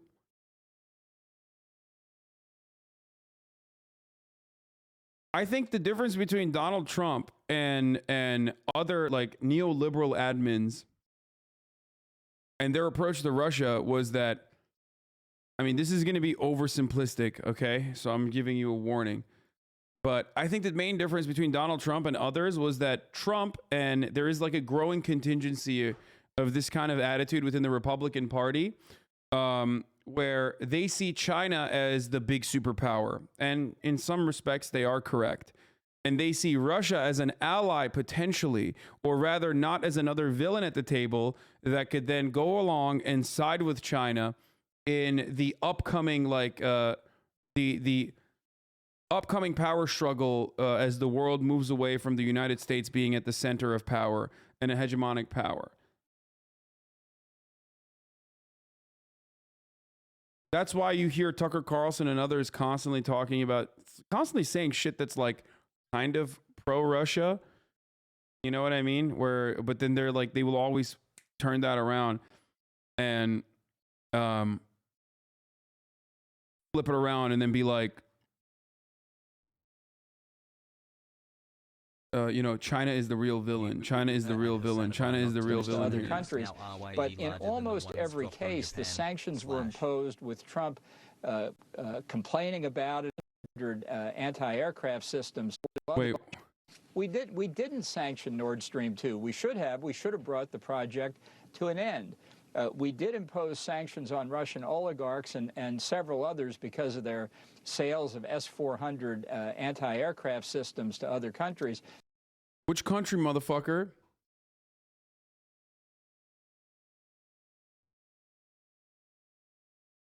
Shout out to my parents who just took in 3 Ukrainian refugees, in Tulchaya, Romania less than 3. Turkey. He's talking about Turkey. This is a big conflict because Turkey has NATO weapons. Turkey's a NATO country, and having Russian defense systems would mean, or Americans were fearful that having Russian defense systems would allow Russians to gain inside information on NATO's offensive capabilities and defensive capabilities as a consequence of Erdogan playing both sides. State of the Union is when? Breaking news, CNN announced I have no bitches, Sag. Breaking news, CNN also announced that at the top of the hour on the HasanAbi broadcast, there's a 60-second ad break. And if you no longer want to see those ads, all you need to do is subscribe. You can do that for $5, or you can do that for free. Why don't you make a charity stream for Ukraine? Dude, that's so funny. You're right. I'm such a piece of shit for not raising any money for Ukraine. If only. My haters don't give a fuck. They're just straight up like, dude, I'm imagining things that you're doing or not doing. It's so much easier for me to do that. It's also hilarious because, like, I mean, I guess it doesn't say on the title right now, so there's that. 158,000 is what we ended at last night. 6 p.m. PST, State of the Union. Okay. I will march. Why don't you make a stance about Putin? Exactly. But in almost every case, the sanctions were imposed with Trump complaining about it and saying we were being too hard. Are you all right? Not everyone's a hater, bro. No, I know that. No, I know not everyone's a hater, but a lot of people come in here with like hopes to fucking bait, and they just say shit, and some of them are just so patently false and so obvious. Unlike the top of the hour ad break, which is real, and the likelihood that you can avoid those ads by subscribing, which is very, very real. I keep forgetting to run it because I keep reading the chat. Here's the 1 minute ad break now. Okay, Twitch Prime is free. Here, boom.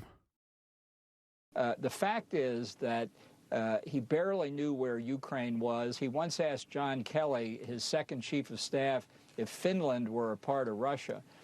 It's just not accurate to say that Trump's behavior somehow deterred the Russians. I think the evidence is that Russia didn't feel. Let me finish now. Yeah, okay. Didn't feel that their military was ready.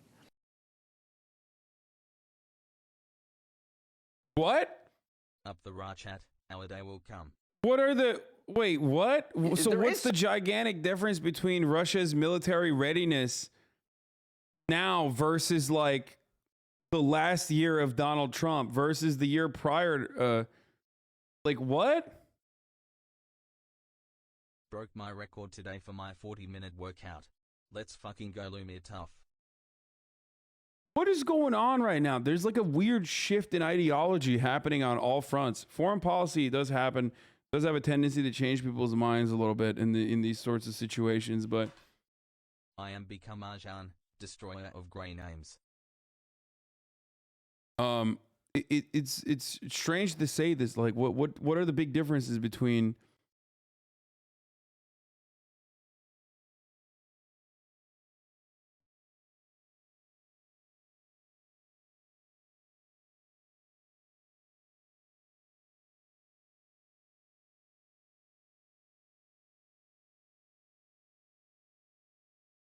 Coach Red Pill, can you give your opinion on this guy's take? He lives in Kyiv and has an interesting opinion. Coach Red Pill. What Russia wants from its invasion of Ukraine and why Zelensky is evil.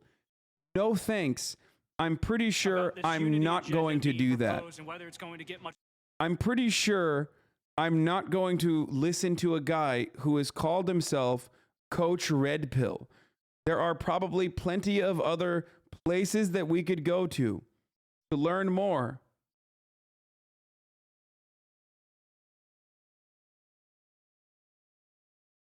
Anyway, let's listen to a potential takeover of the Senate majority.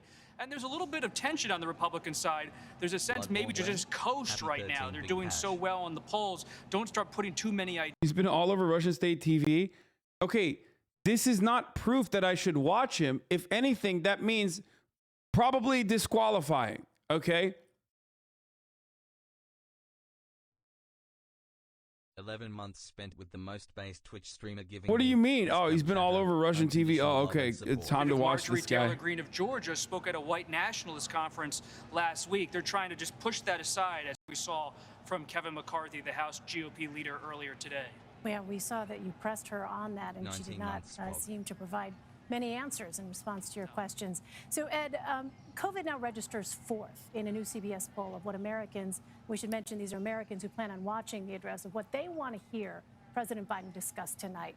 How have the issues that seem so important for candidate Biden changed now for President Biden?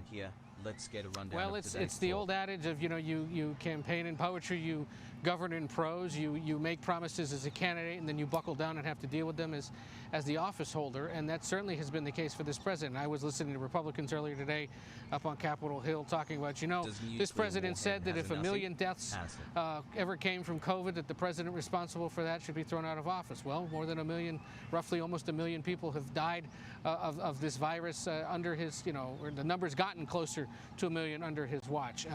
And all the criticism he leveled against Donald Trump, well, it's coming back to bite him, these Republicans are saying, in essence. They're not wrong about that necessarily. But, much like inflationary pressure and the decisions of a Russian president, the president doesn't control science and the whims of a virus that has ravaged the world, but they have tried to respond to it. And he acknowledged, for example, they didn't get the testing program set up fast enough. That also affected his standing with voters. Let's see what kind of signals he gives tonight about how the country gets beyond this, or at least continues to proceed with it in its endemic stage, if that's where we're headed. Or if he gives some signal of how the administration might respond differently should there be another variant, God forbid, in the coming weeks or months that turns around these gains. But this is certainly an issue that has been so present and hung over this White House ever since President Biden took office. Just today, again, for the second time, they've removed the face mask requirements around here. I was commenting to colleagues earlier today. I saw the faces of Secret Service agents today for the first time I haven't seen since the administration began in full, because we've all been masked up around here. That's one big symbolic change. Tonight in the House chamber, you'll see the change as well. Up there, as the attending physician says, you don't have to wear the mask if you're vaccinated and you don't want to. And that's beginning to happen across the country. There's still confusion about it, but let's see how this president speaks to that tonight. And addresses that confusion, that concern, that anger that a lot of people have towards policymakers and how they should fight this pandemic. And at the same time, interesting, guys, that as these restrictions are being lifted, there is some reporting, there is some polling out today that suggests there's actually still a lot of concern among Americans that we may get too far ahead. The Kremlin told CNN that Putin probably won't watch President Biden's State of the Union speech tonight. The president usually does not watch TV addresses, Dmitry Peskov says. Prefers reading reports afterwards.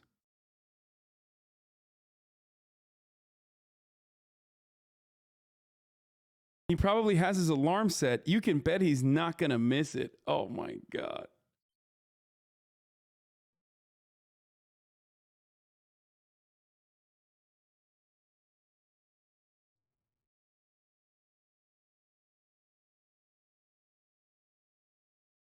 I love that.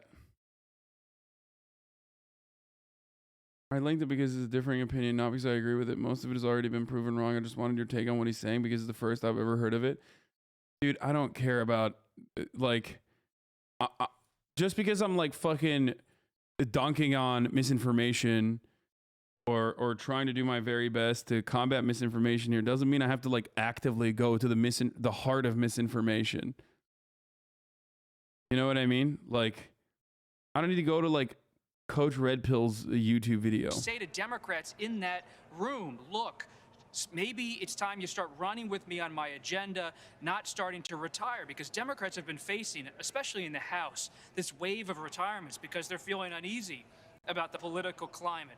So look for the president to get into that tonight, to say we've done all of these things.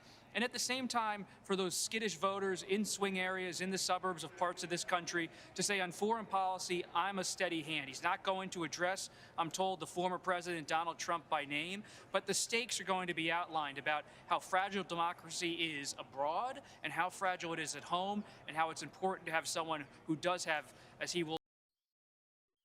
Canada's Deputy Prime Minister Chrystia Freeland has now deleted her earlier post where she's holding up a banner with the colors of a far-right group and replaced it with one where she isn't. We stand united, we stand with Ukraine.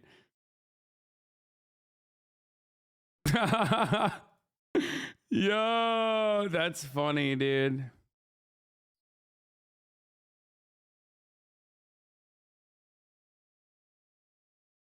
That's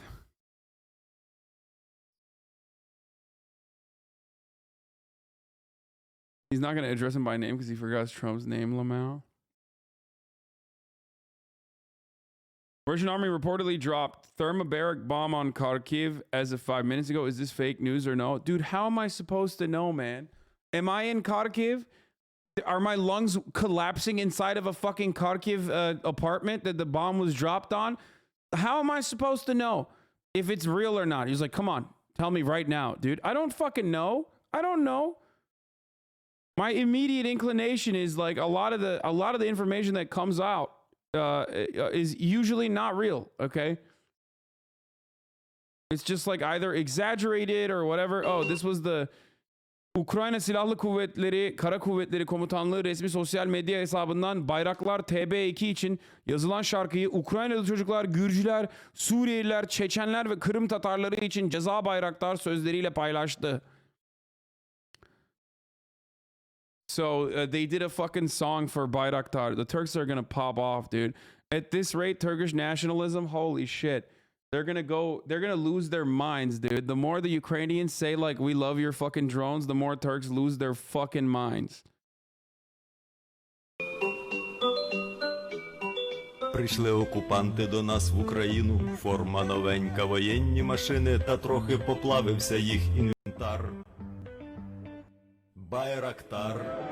Bro, I'm not gonna lie, like there's something like it is kind of gross to just like fucking get this excited. Like I saw the Saint Javelin too, and I know that like other countries have historically put like even the fucking Kalashnikov in their flag, and it's like seen as a thing of liberation. But like drones, it just kind of fucking grosses me out a little bit. Sorry. Anyway. Прийшли окупанти до нас в Україну, форма новенька, воєнні машини, та трохи поплавився їх інвентар. Байрактар. Байрактар. Like the only reason why this is somewhat more appropriate is because it's still like it's you know, it's a country that is engaging in emancipatory action from a violent oppressor that is a larger country. So it's that's the reason why it's like relatively appropriate, like more appropriate than like America doing a fucking drone. America doing a like drone footage with this kind of fucking music. Larger evil country. Yeah, I mean. Anyway, hold on. There might be TOS in this. Russian tankmen hid in the bushes to sip the fucking shichi with their bast shoes. But the soup's fat got over. Wait, hold on. Let me just like run through this real quick. I want to see like there might be TOS in this, so.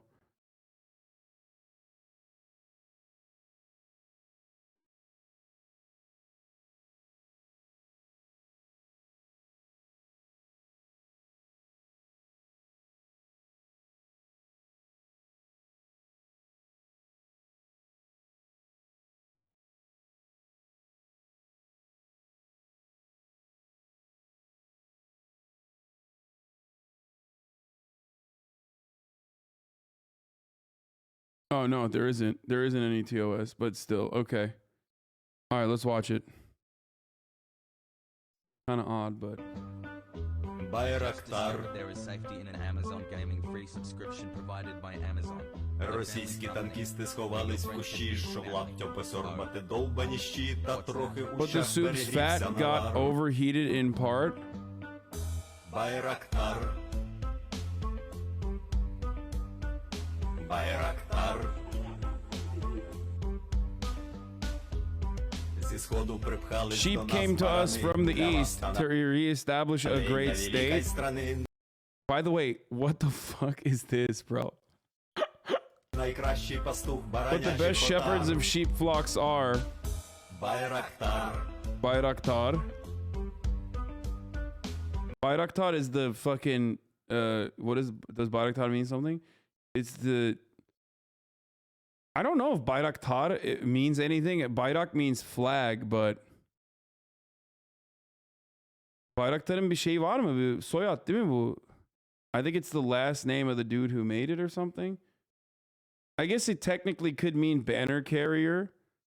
Yeah, like the flag carrier. Bayrak means flag. So I guess it's like Bayraktar would be like the guy who carries the flag.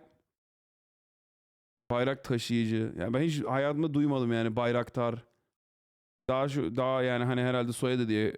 Değil mi? Soyadı abi ondan öyle aile işi. Yeah, it's the last name of the fucking guy who I guess owns the company that made it. Байрактар.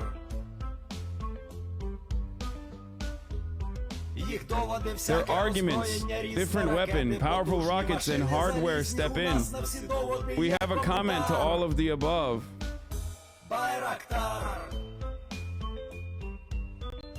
Yapan adam Recep Tayyip Erdoğan'ın kızıyla evlendi. Oh my god. They wanted to invade us with force, and we took offense at these orcs. Russian bandits are made into ghost by Bayraktar.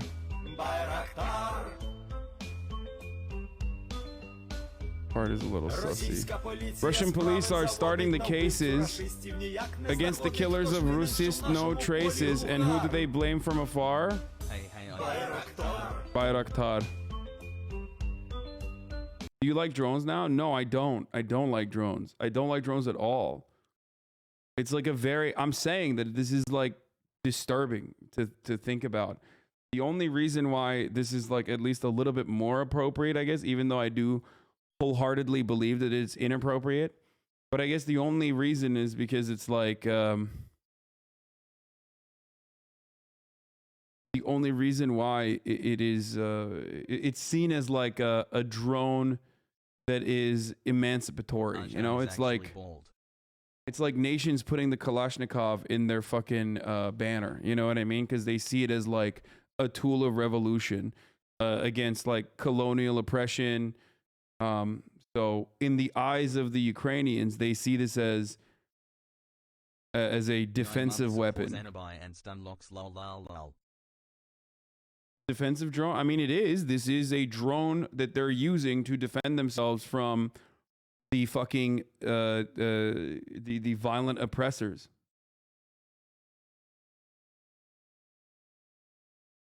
Does the same energy as a new kid got a Does the same energy as the new kid got a new toy on the playground and won't shut up about it.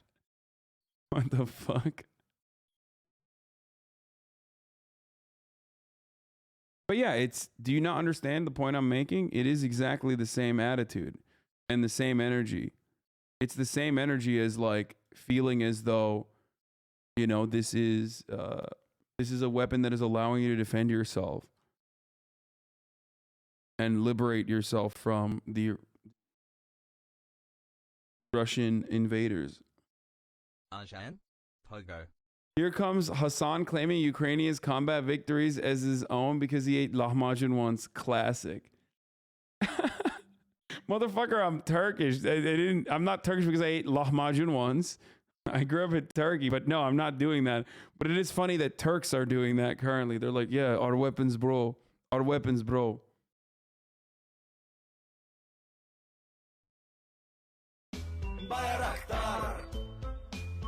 A lot of people are soy facing at this. It's kind of weird. Yeah, I know.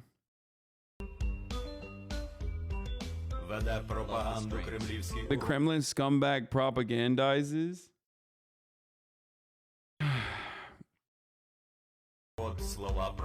People believe the words likewise. Now their czar knows a new star. Never gonna give nukes up. Never gonna set nukes down. Never gonna turn around and desert nukes.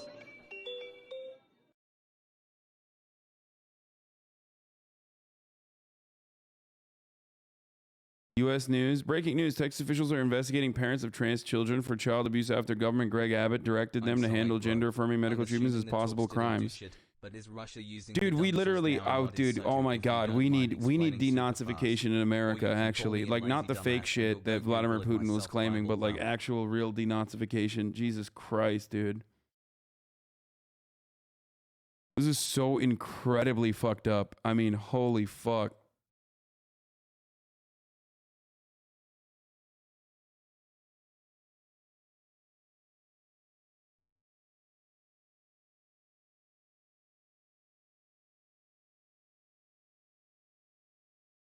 Luna, can you hear me? I'm sorry. Please take me back.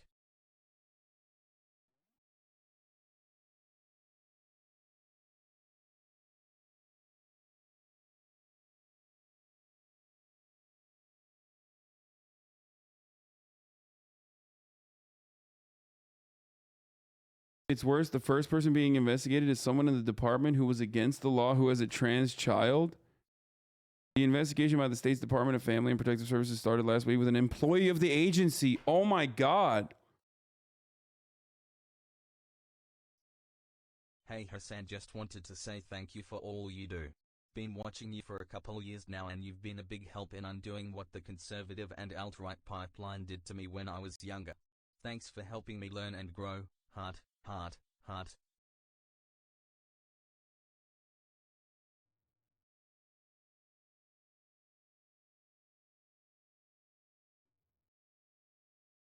Texas officials have begun investigating the parents of a transgender adolescent for possible child abuse, according to a lawsuit filed on Tuesday after Governor Greg Abbott directed them last week to handle certain medical treatments as possible crimes. The investigation by the state's Department of Family and Protective Services, which have not been previously reported, were started in response to an order from Mr. Abbott to the agency, the lawsuit says. The order followed the non-binding opinion of the Texas Attorney General, Ken Paxton, that parents who provide their transgender teenagers with pressing drugs or medically accepted treatments, which doctors prescribe as gender-affirming care, could be investigated for child abuse. Can a president pardon these people if they get convicted? No, because this is a state prosecution. If they got convicted for if they got convicted at the federal level, yes, but based. Okay, that's cool. Remove subscription house ES. Rob Dog 1 2 4 5 6. Thank you. 5 gifted subs. Not unconstitutional though. I don't know. Ukraine's Air Force, along with its units of the Army and Territorial Defense, destroyed a large Russian military convoy near the city of Bashtanka in Ukraine's southern Mykolaiv region. Military bloggers reported that the convoy contained up to 800 vehicles. Jesus Christ. I guess while we were listening to the Bayraktar song, the Bayraktar was working.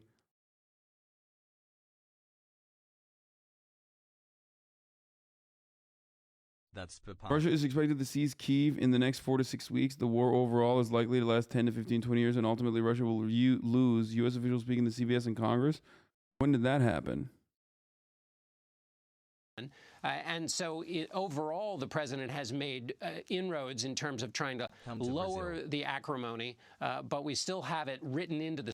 Dude, so what's up? Like, people are. It's gonna be illegal to fucking get like an abortion too. Like, you just can't do anything. Like, you're not allowed to do any of these things. Like, medical procedures are no longer allowed. It's a recognized medical procedure to get on hormone therapy blockers. It's not gender confirmation surgery in the way that you understand it. It's not like fucking It's just a very, very successful way for trans kids to reduce risk of suicide. It's crazy. What a fucking awful, horrible thing that Texas is doing. And it's absolutely just about the cruelty. The cruelty is the point, yes.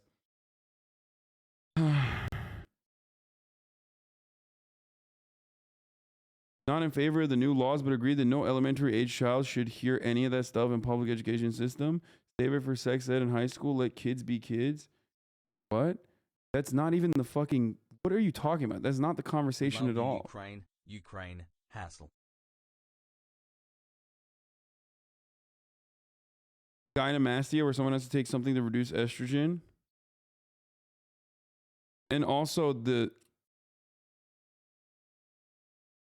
blockers are safe and inventive for cis girls with precocious puberty.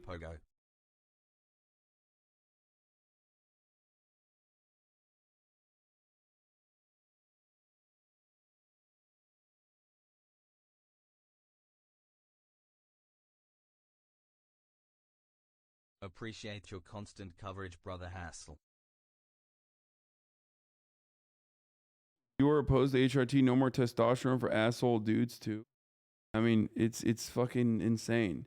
It also belittles like the need for HRT versus the need for like people who are just taking like steroids and shit when they're working out. You know what I mean? HRT is way more important. And this isn't even like full blown HRT. In a lot of instances, this is just like hormone blockers that aren't. You're not even taking.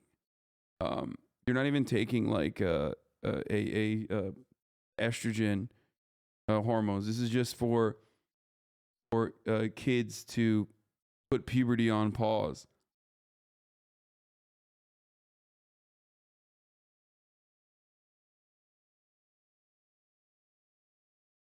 The lost dung eater. Most cis plastic surgery like boob jobs, also gender affirming care for their cisgender. Yeah, but you know, when you say that, you're turning it into like something trivial when in the case of trans people, it's not as like, not to say that, you know, boob jobs aren't boob jobs can't be helpful or whatever, but it's more like fucking stopping people from like stopping with someone with a 3rd degree burn from getting a plastic surgery because you're anti-plastic surgery. It's like HRT and hormone blockers are utilized in a way for trans kids to if they survive the Russian invasion, to be able to make it a lot easier for them to undergo HRT, gender confirmation. Are going to start increasing their nuclear arsenal in light of what's going on?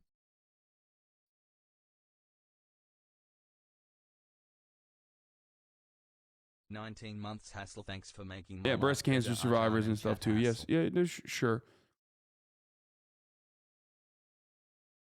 Life or death with trans kids? You okay with kids wanting to die? Absolutely. That's exactly what Greg Abbott is doing here.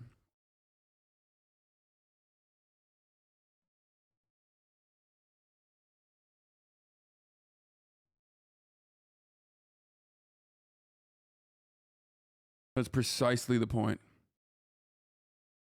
And they don't even give a shit. Like, that's the point is to be cruel. Breaking, the ACLU has filed a lawsuit on behalf of a Texas parent who was placed on leave last week from her job at DFPS because she has a transgender child. The plaintiff's own employer sent investigators to her home in response to Abbott's order. Wow, dude. This is remarkably cruel, man. What are your thoughts on Putin preparing his daughter to take over? Did he really pass something that would allow her to succeed him? At HasanAbi.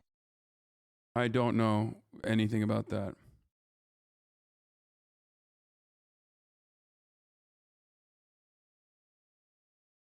Yo.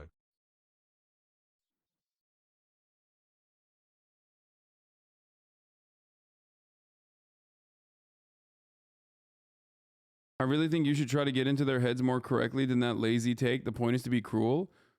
You mean to tell me that that wedge issues created within the culture war between the Republican Party and the Democratic Party are not exclusively created even though like most people normally would not have a strong opinion on it, especially considering that like trans kids make up a tiny fraction of the population and aren't hurting anyone, and these are medical treatments that are profoundly helpful, that you are literally just creating something, a cruel measure that targets a small minority of the population specifically so you can turn it into a serious issue, a more serious issue by bringing attention to it. That is what it is. It's cruel. They want to be cruel. They just want to be cruel as a Marvel brain take. No, they want to create a cruel provision, like a very cruel provision, because they are terrified of trans people. They're terrified of gay people. But most importantly, they know that their voters will respond to it positively because their voters are terrified of trans people and gay people and shit like that. So the cruelty is the point in that sense. Less than 3. It is the hog form of virtue signaling. Exactly. There is no other reason. There's no other reason to fucking engage in this kind of attitude. Engage in this kind of, unless you legitimately think that Greg Abbott is like trying to save the children. It's scary, but glad you here at least, I guess. I don't know what happened to a lot of people's brains, but like, what's up? Do we now think that like conservatives are? Do we now think that like conservatives are actually pro safety and security of children? Like, what's up? When did that happen, dude? Everyone always asking where is Belarus, but not how is Belarus, Sag.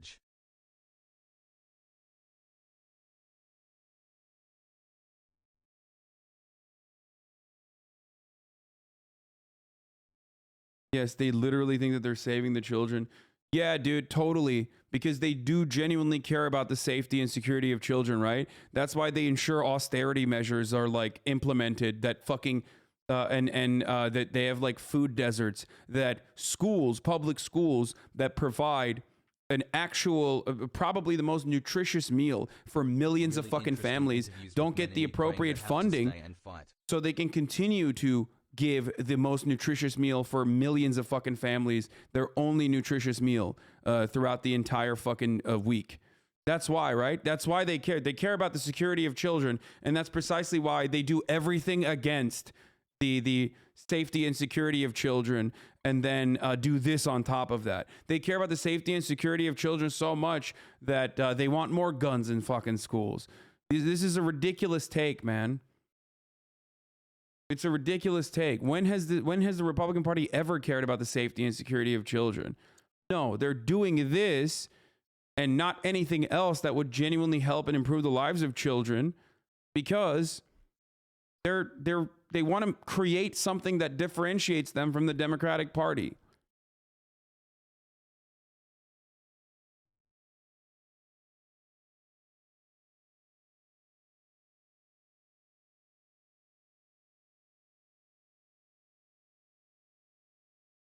That's what I mean when I say the cruelty is the point. Hasan, help me. The 9-month brain rot is setting in. I don't know how much longer I have left. I'm sorry, chat Pepe hands. Some people are literally for this right now just to have uncritical war effort support. What do you mean?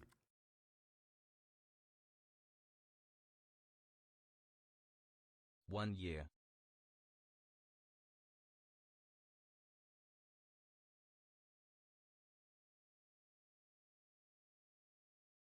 I'm not sure if it's the fact that I grew up Catholic, but I genuinely know people are doing this for the good of the children. Genuinely believe. Okay, well, change your genuine beliefs. You can be wrong with genuine held beliefs, for the record, and you are in this circumstance. Hormone blockers are not only reversible but also very good for the number one reason why trans people have such a high suicide rate is because people don't accept them, okay? These kinds of measures further reinforce the attitude that a lot of people have, that trans people are not accepted in society, that they're weird, that they're different. To people that are saying that's cap doesn't mean anything when there are plenty of the same argument justifies terrorism. Exactly. Oh yeah, these are my genuine beliefs. Okay, well, if they're your genuine beliefs, I guess that's cool. Like, Candace Owens with another scathing hot take, lol.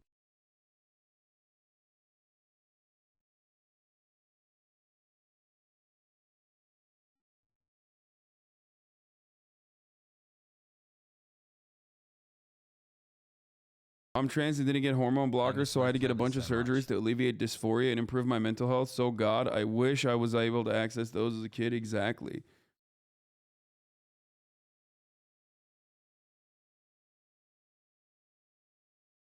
Like, even from like the most normie approaching take that I have on the subject, without getting into super complicated studies or whatnot, it's like, why do you fucking care? I mean, there are studies that show that like the likelihood that a trans person is going to attempt to commit suicide diminishes by massive margins if they are socially accepted by their immediate friends and family.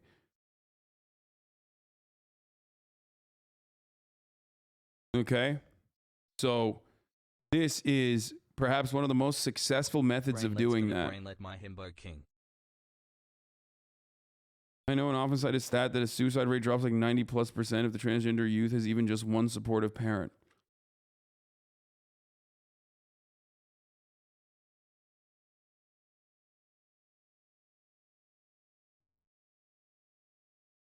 Not to be transphobic, I'm okay with hormone blockers, but do you believe that kids should be allowed to transition? There is no fucking transitioning before 18, regardless, for the record. Like, there is none. You can take hormones, and that's it. You can take hormone blockers, hormone suppressors, and even then, you undergo regular psychiatric treatment leading up to that and after that. It's not as easy. You don't just go to the doctor and go, give me the fucking HRT, baby, let's go. I'm trans now. Like, it doesn't work that way. Do you think okay, in the United States of America, access to nukes, for example, Putin or Kim Jong-un, in the United States of America, the gender confirmation surgery process is incredibly complicated, and every step of the way, you have doctors monitoring every single thing that's going on. You can't just take an over-the-counter pill and be like, boop, okay, there you go. And I feel like people think that that's how it works. You know what I mean? The way that people talk about it, the way that people talk about this stuff makes me feel like they are just so like painfully oblivious to the process and are doing it and are you know, continuing to be painfully oblivious to this process, specifically because they don't want to know the truth, because the truth is like icky to them or something.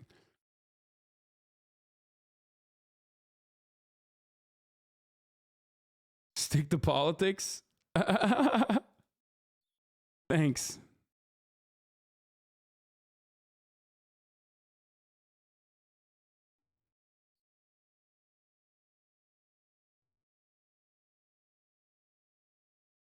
I am a political commentator, and I am quite literally sticking to it, so.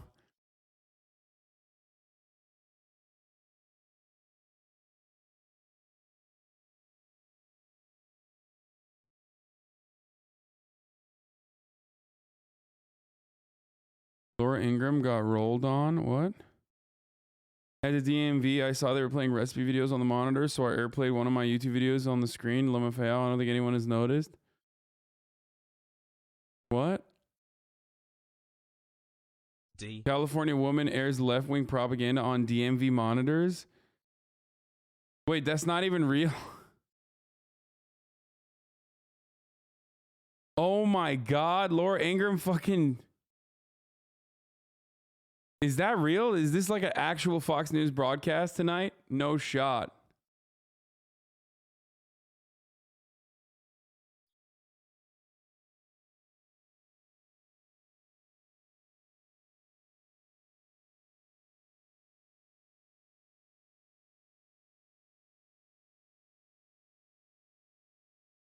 I do not think Laura Ingraham actually did this. California woman airs left-wing propaganda on DMV monitors. I don't think that's real. Like, I do not think that Laura Ingraham actually played this as a part of her broadcast tonight.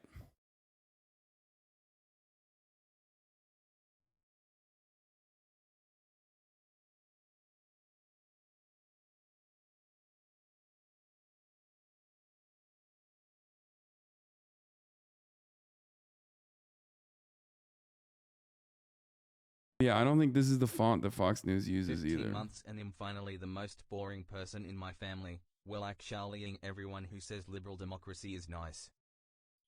Medical guidance and need for psych eval, like you said, are two different things. The former is good, the latter is dehumanizing.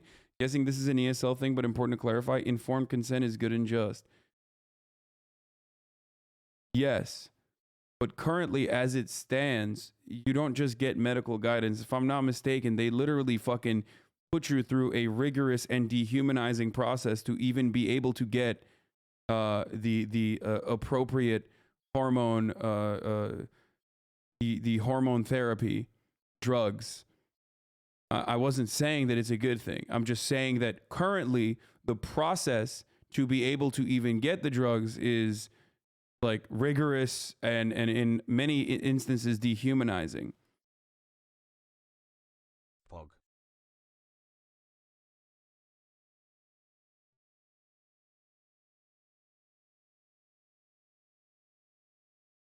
Trans in Cali, but what's happening in Texas absolutely put a target on every gender nonconformist cis kid and child or teen challenging gender roles as well as POC that don't fit beauty standards of binary men and women. This is not just a trans issue. Yeah.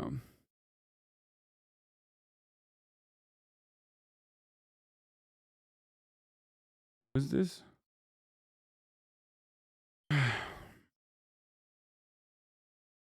Get it so easy online.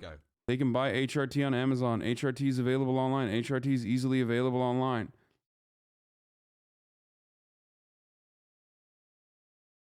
It? I don't know. I don't think so. Like what are you talking about, like DIY HRT?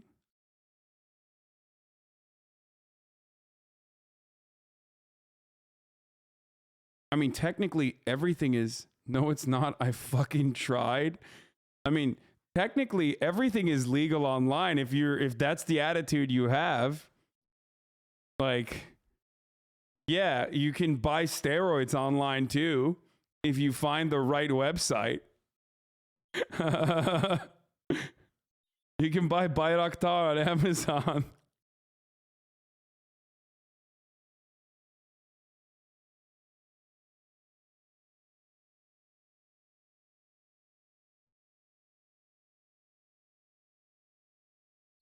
Chatter is right. I got some from the Silk Road. I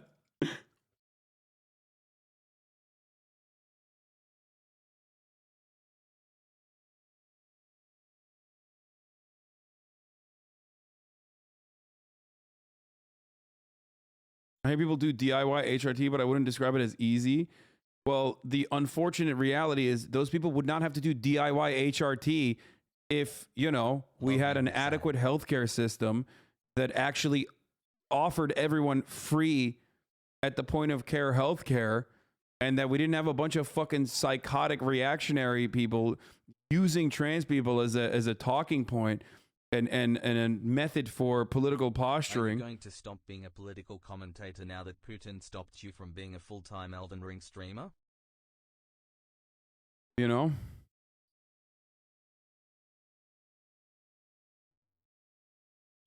Why do you think that the Russian military is showing a blatant disregard for civilian lives? They are mainly using explosive weapons with wide area effects in densely populated areas. Well, now they are, because I think the plan A didn't work so well for them, so now they're sticking to plan B, which is, ramping up the fucking brutality.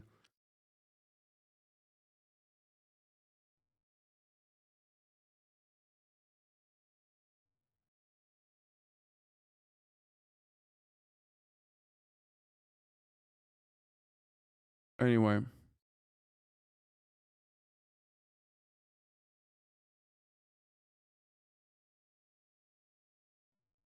Selçuk Bayraktar is married to the Erdogan's daughter, by the way. Yeah, I heard. Not shocking. Not even remotely surprising. I think you might have been mentioning some of the new telehealth companies popping up. Hims, Keeps. There's ADHD and trans-specific services that are identical now and are basically just pill medicine farms. An interesting topic that needs to be addressed, but I'm more concerned about other drugs and the handful of people who would try to get hormones on the low. Dude, the only reason why we have this is because our current healthcare system is inadequate, by the way. I know. I see it all the time. I get fucking ads for all that shit because I talk about being bald all the time and malding and balding. So I get and I also use Hims as well as a service. So no ad here, but I do. Yes, sir. The reason why I'm not balding is because of the hormone blockers I use, which is, of course, a medication for a male prostate medication. And I mean, I use it too.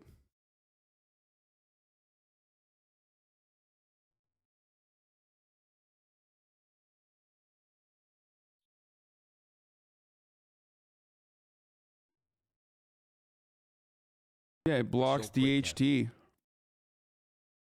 For a long time, I thought that a military operation was not feasible. It was not plausible. You know, I had my own cost-benefit analysis, and even if you put aside all other considerations, I thought that to go into Ukraine is not in Russia's interests, keeping in mind the collateral damage which is likely to happen after such an operation. But apparently, you know, my cost-benefit analysis did not coincide with that in the Kremlin. So I had to wake up to a new reality, and I have now, not just me, but all of us will have to live in this new reality. Don't use Hims. Just get a primary care doc and they can prescribe it for pennies. Literally untrue. Because I started with a primary care doc that prescribed it and my insurance didn't cover it. And Hims is actually cheaper than my fucking insurance. I don't know how the fuck it works. I guess it's like a pill farm. They just like blast off as many like generic versions of it as possible. But you're wrong. That's your dry foreign policy analysis. How do you feel about this today? What are your emotions today? Well, you know, I'm trying to keep going. I'm trying to continue doing what I'm doing, but of course I'm depressed. You know, all of us are depressed, and I think that it's very embarrassing for all of us. Not only because we turned out to be wrong, but also because, of course, you know, Russia and all Russians will be in a difficult position in many countries, not even only Western countries, but all over the place for a long time. And there are many questions to which we do not have answers. And does that make you wonder about the state of your president's mind? Well, you know, Hi, Hasan. He has his own vision. Maybe, you know, he believes that this damage is acceptable. I don't know. I don't know. It's hard to tell. Are we going to die when Mr. Putin... And you're someone who's supported Vladimir Putin in the past where you've thought fit and you advised the Kremlin, and today you're depressed about the way things are going. Yeah, of course, you know, I'm depressed. I think many of us are depressed. I think that there are many people in the Kremlin who should be depressed because the price will be substantial. Andrei Kortunov misled by HasanAbi broadcast into doubting Putin invasion. Yeah.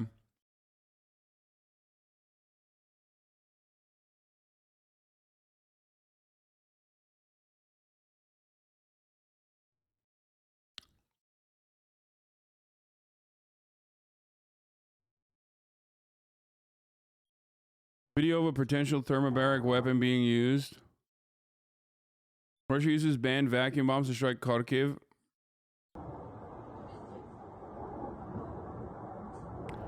Bro, you keep sending me these like unverified fucking takes, man. I don't know. Like, I don't. This is like an older video of the ammo dump, isn't it? Together you are now my longest relationship. Yeah, the ammo depot that got blown up. Stop. Stop. Okay? This is what I mean when I'm talking about like misinformation that's going to make it even harder and completely, I guess basically impossible for any sort of ceasefire to occur.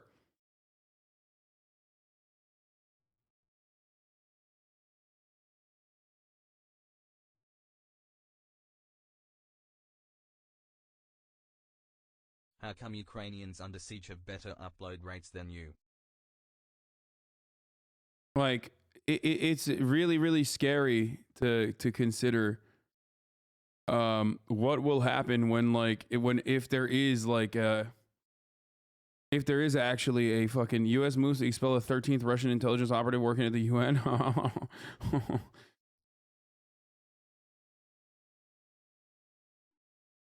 Putin has done more to destroy Russia than the CIA could dream of. I mean, straight up.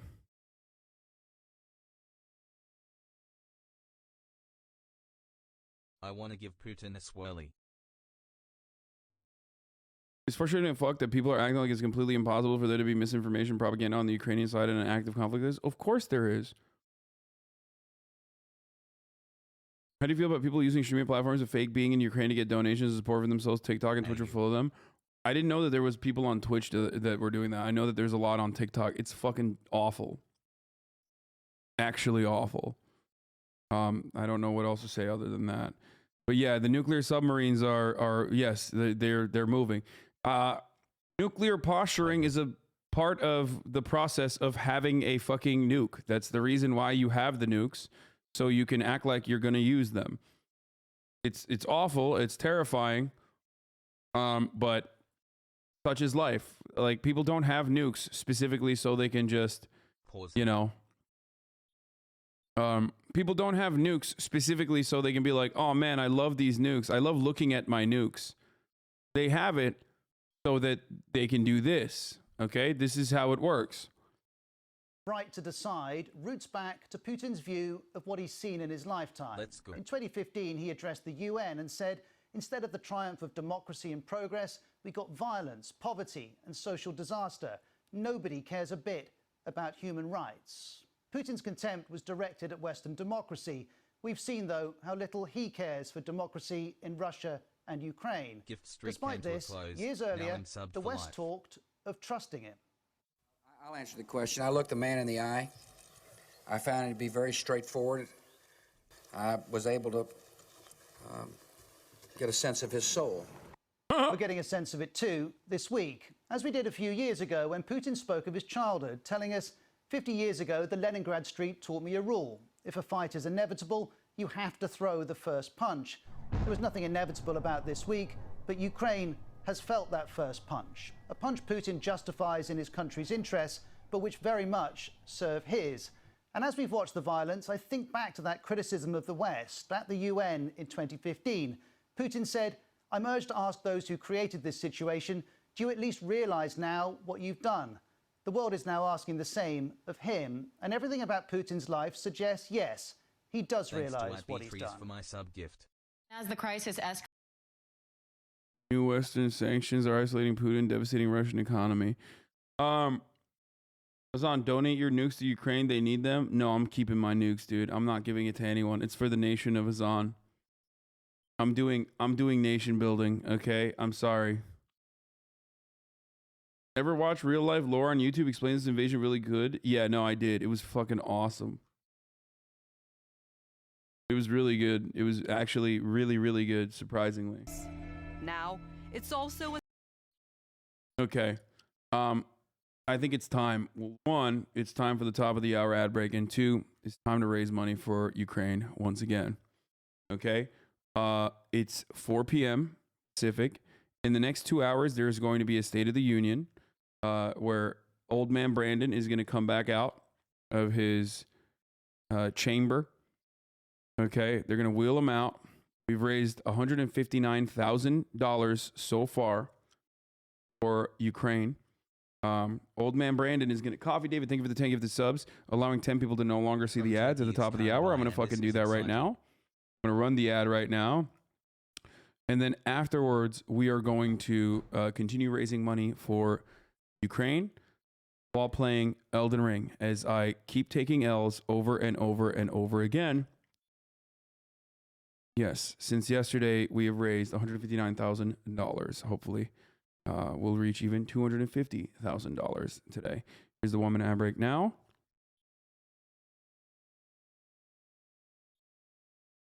Okay. I wonder if this demon is gonna tell you. What's your personal plan if the nukes fly besides posting on Twitter? Dude, I'm fucking... what do you mean? Like, I'm just gonna fucking... I'm gonna headbutt it. I'll be live streaming the end of the world, okay? Straight up. If you think I won't, you're wrong, you know?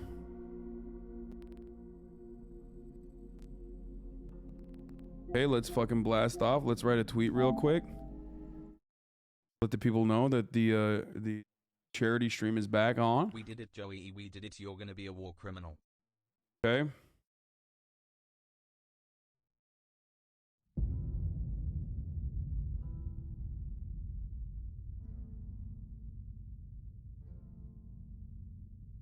Next. Yellow.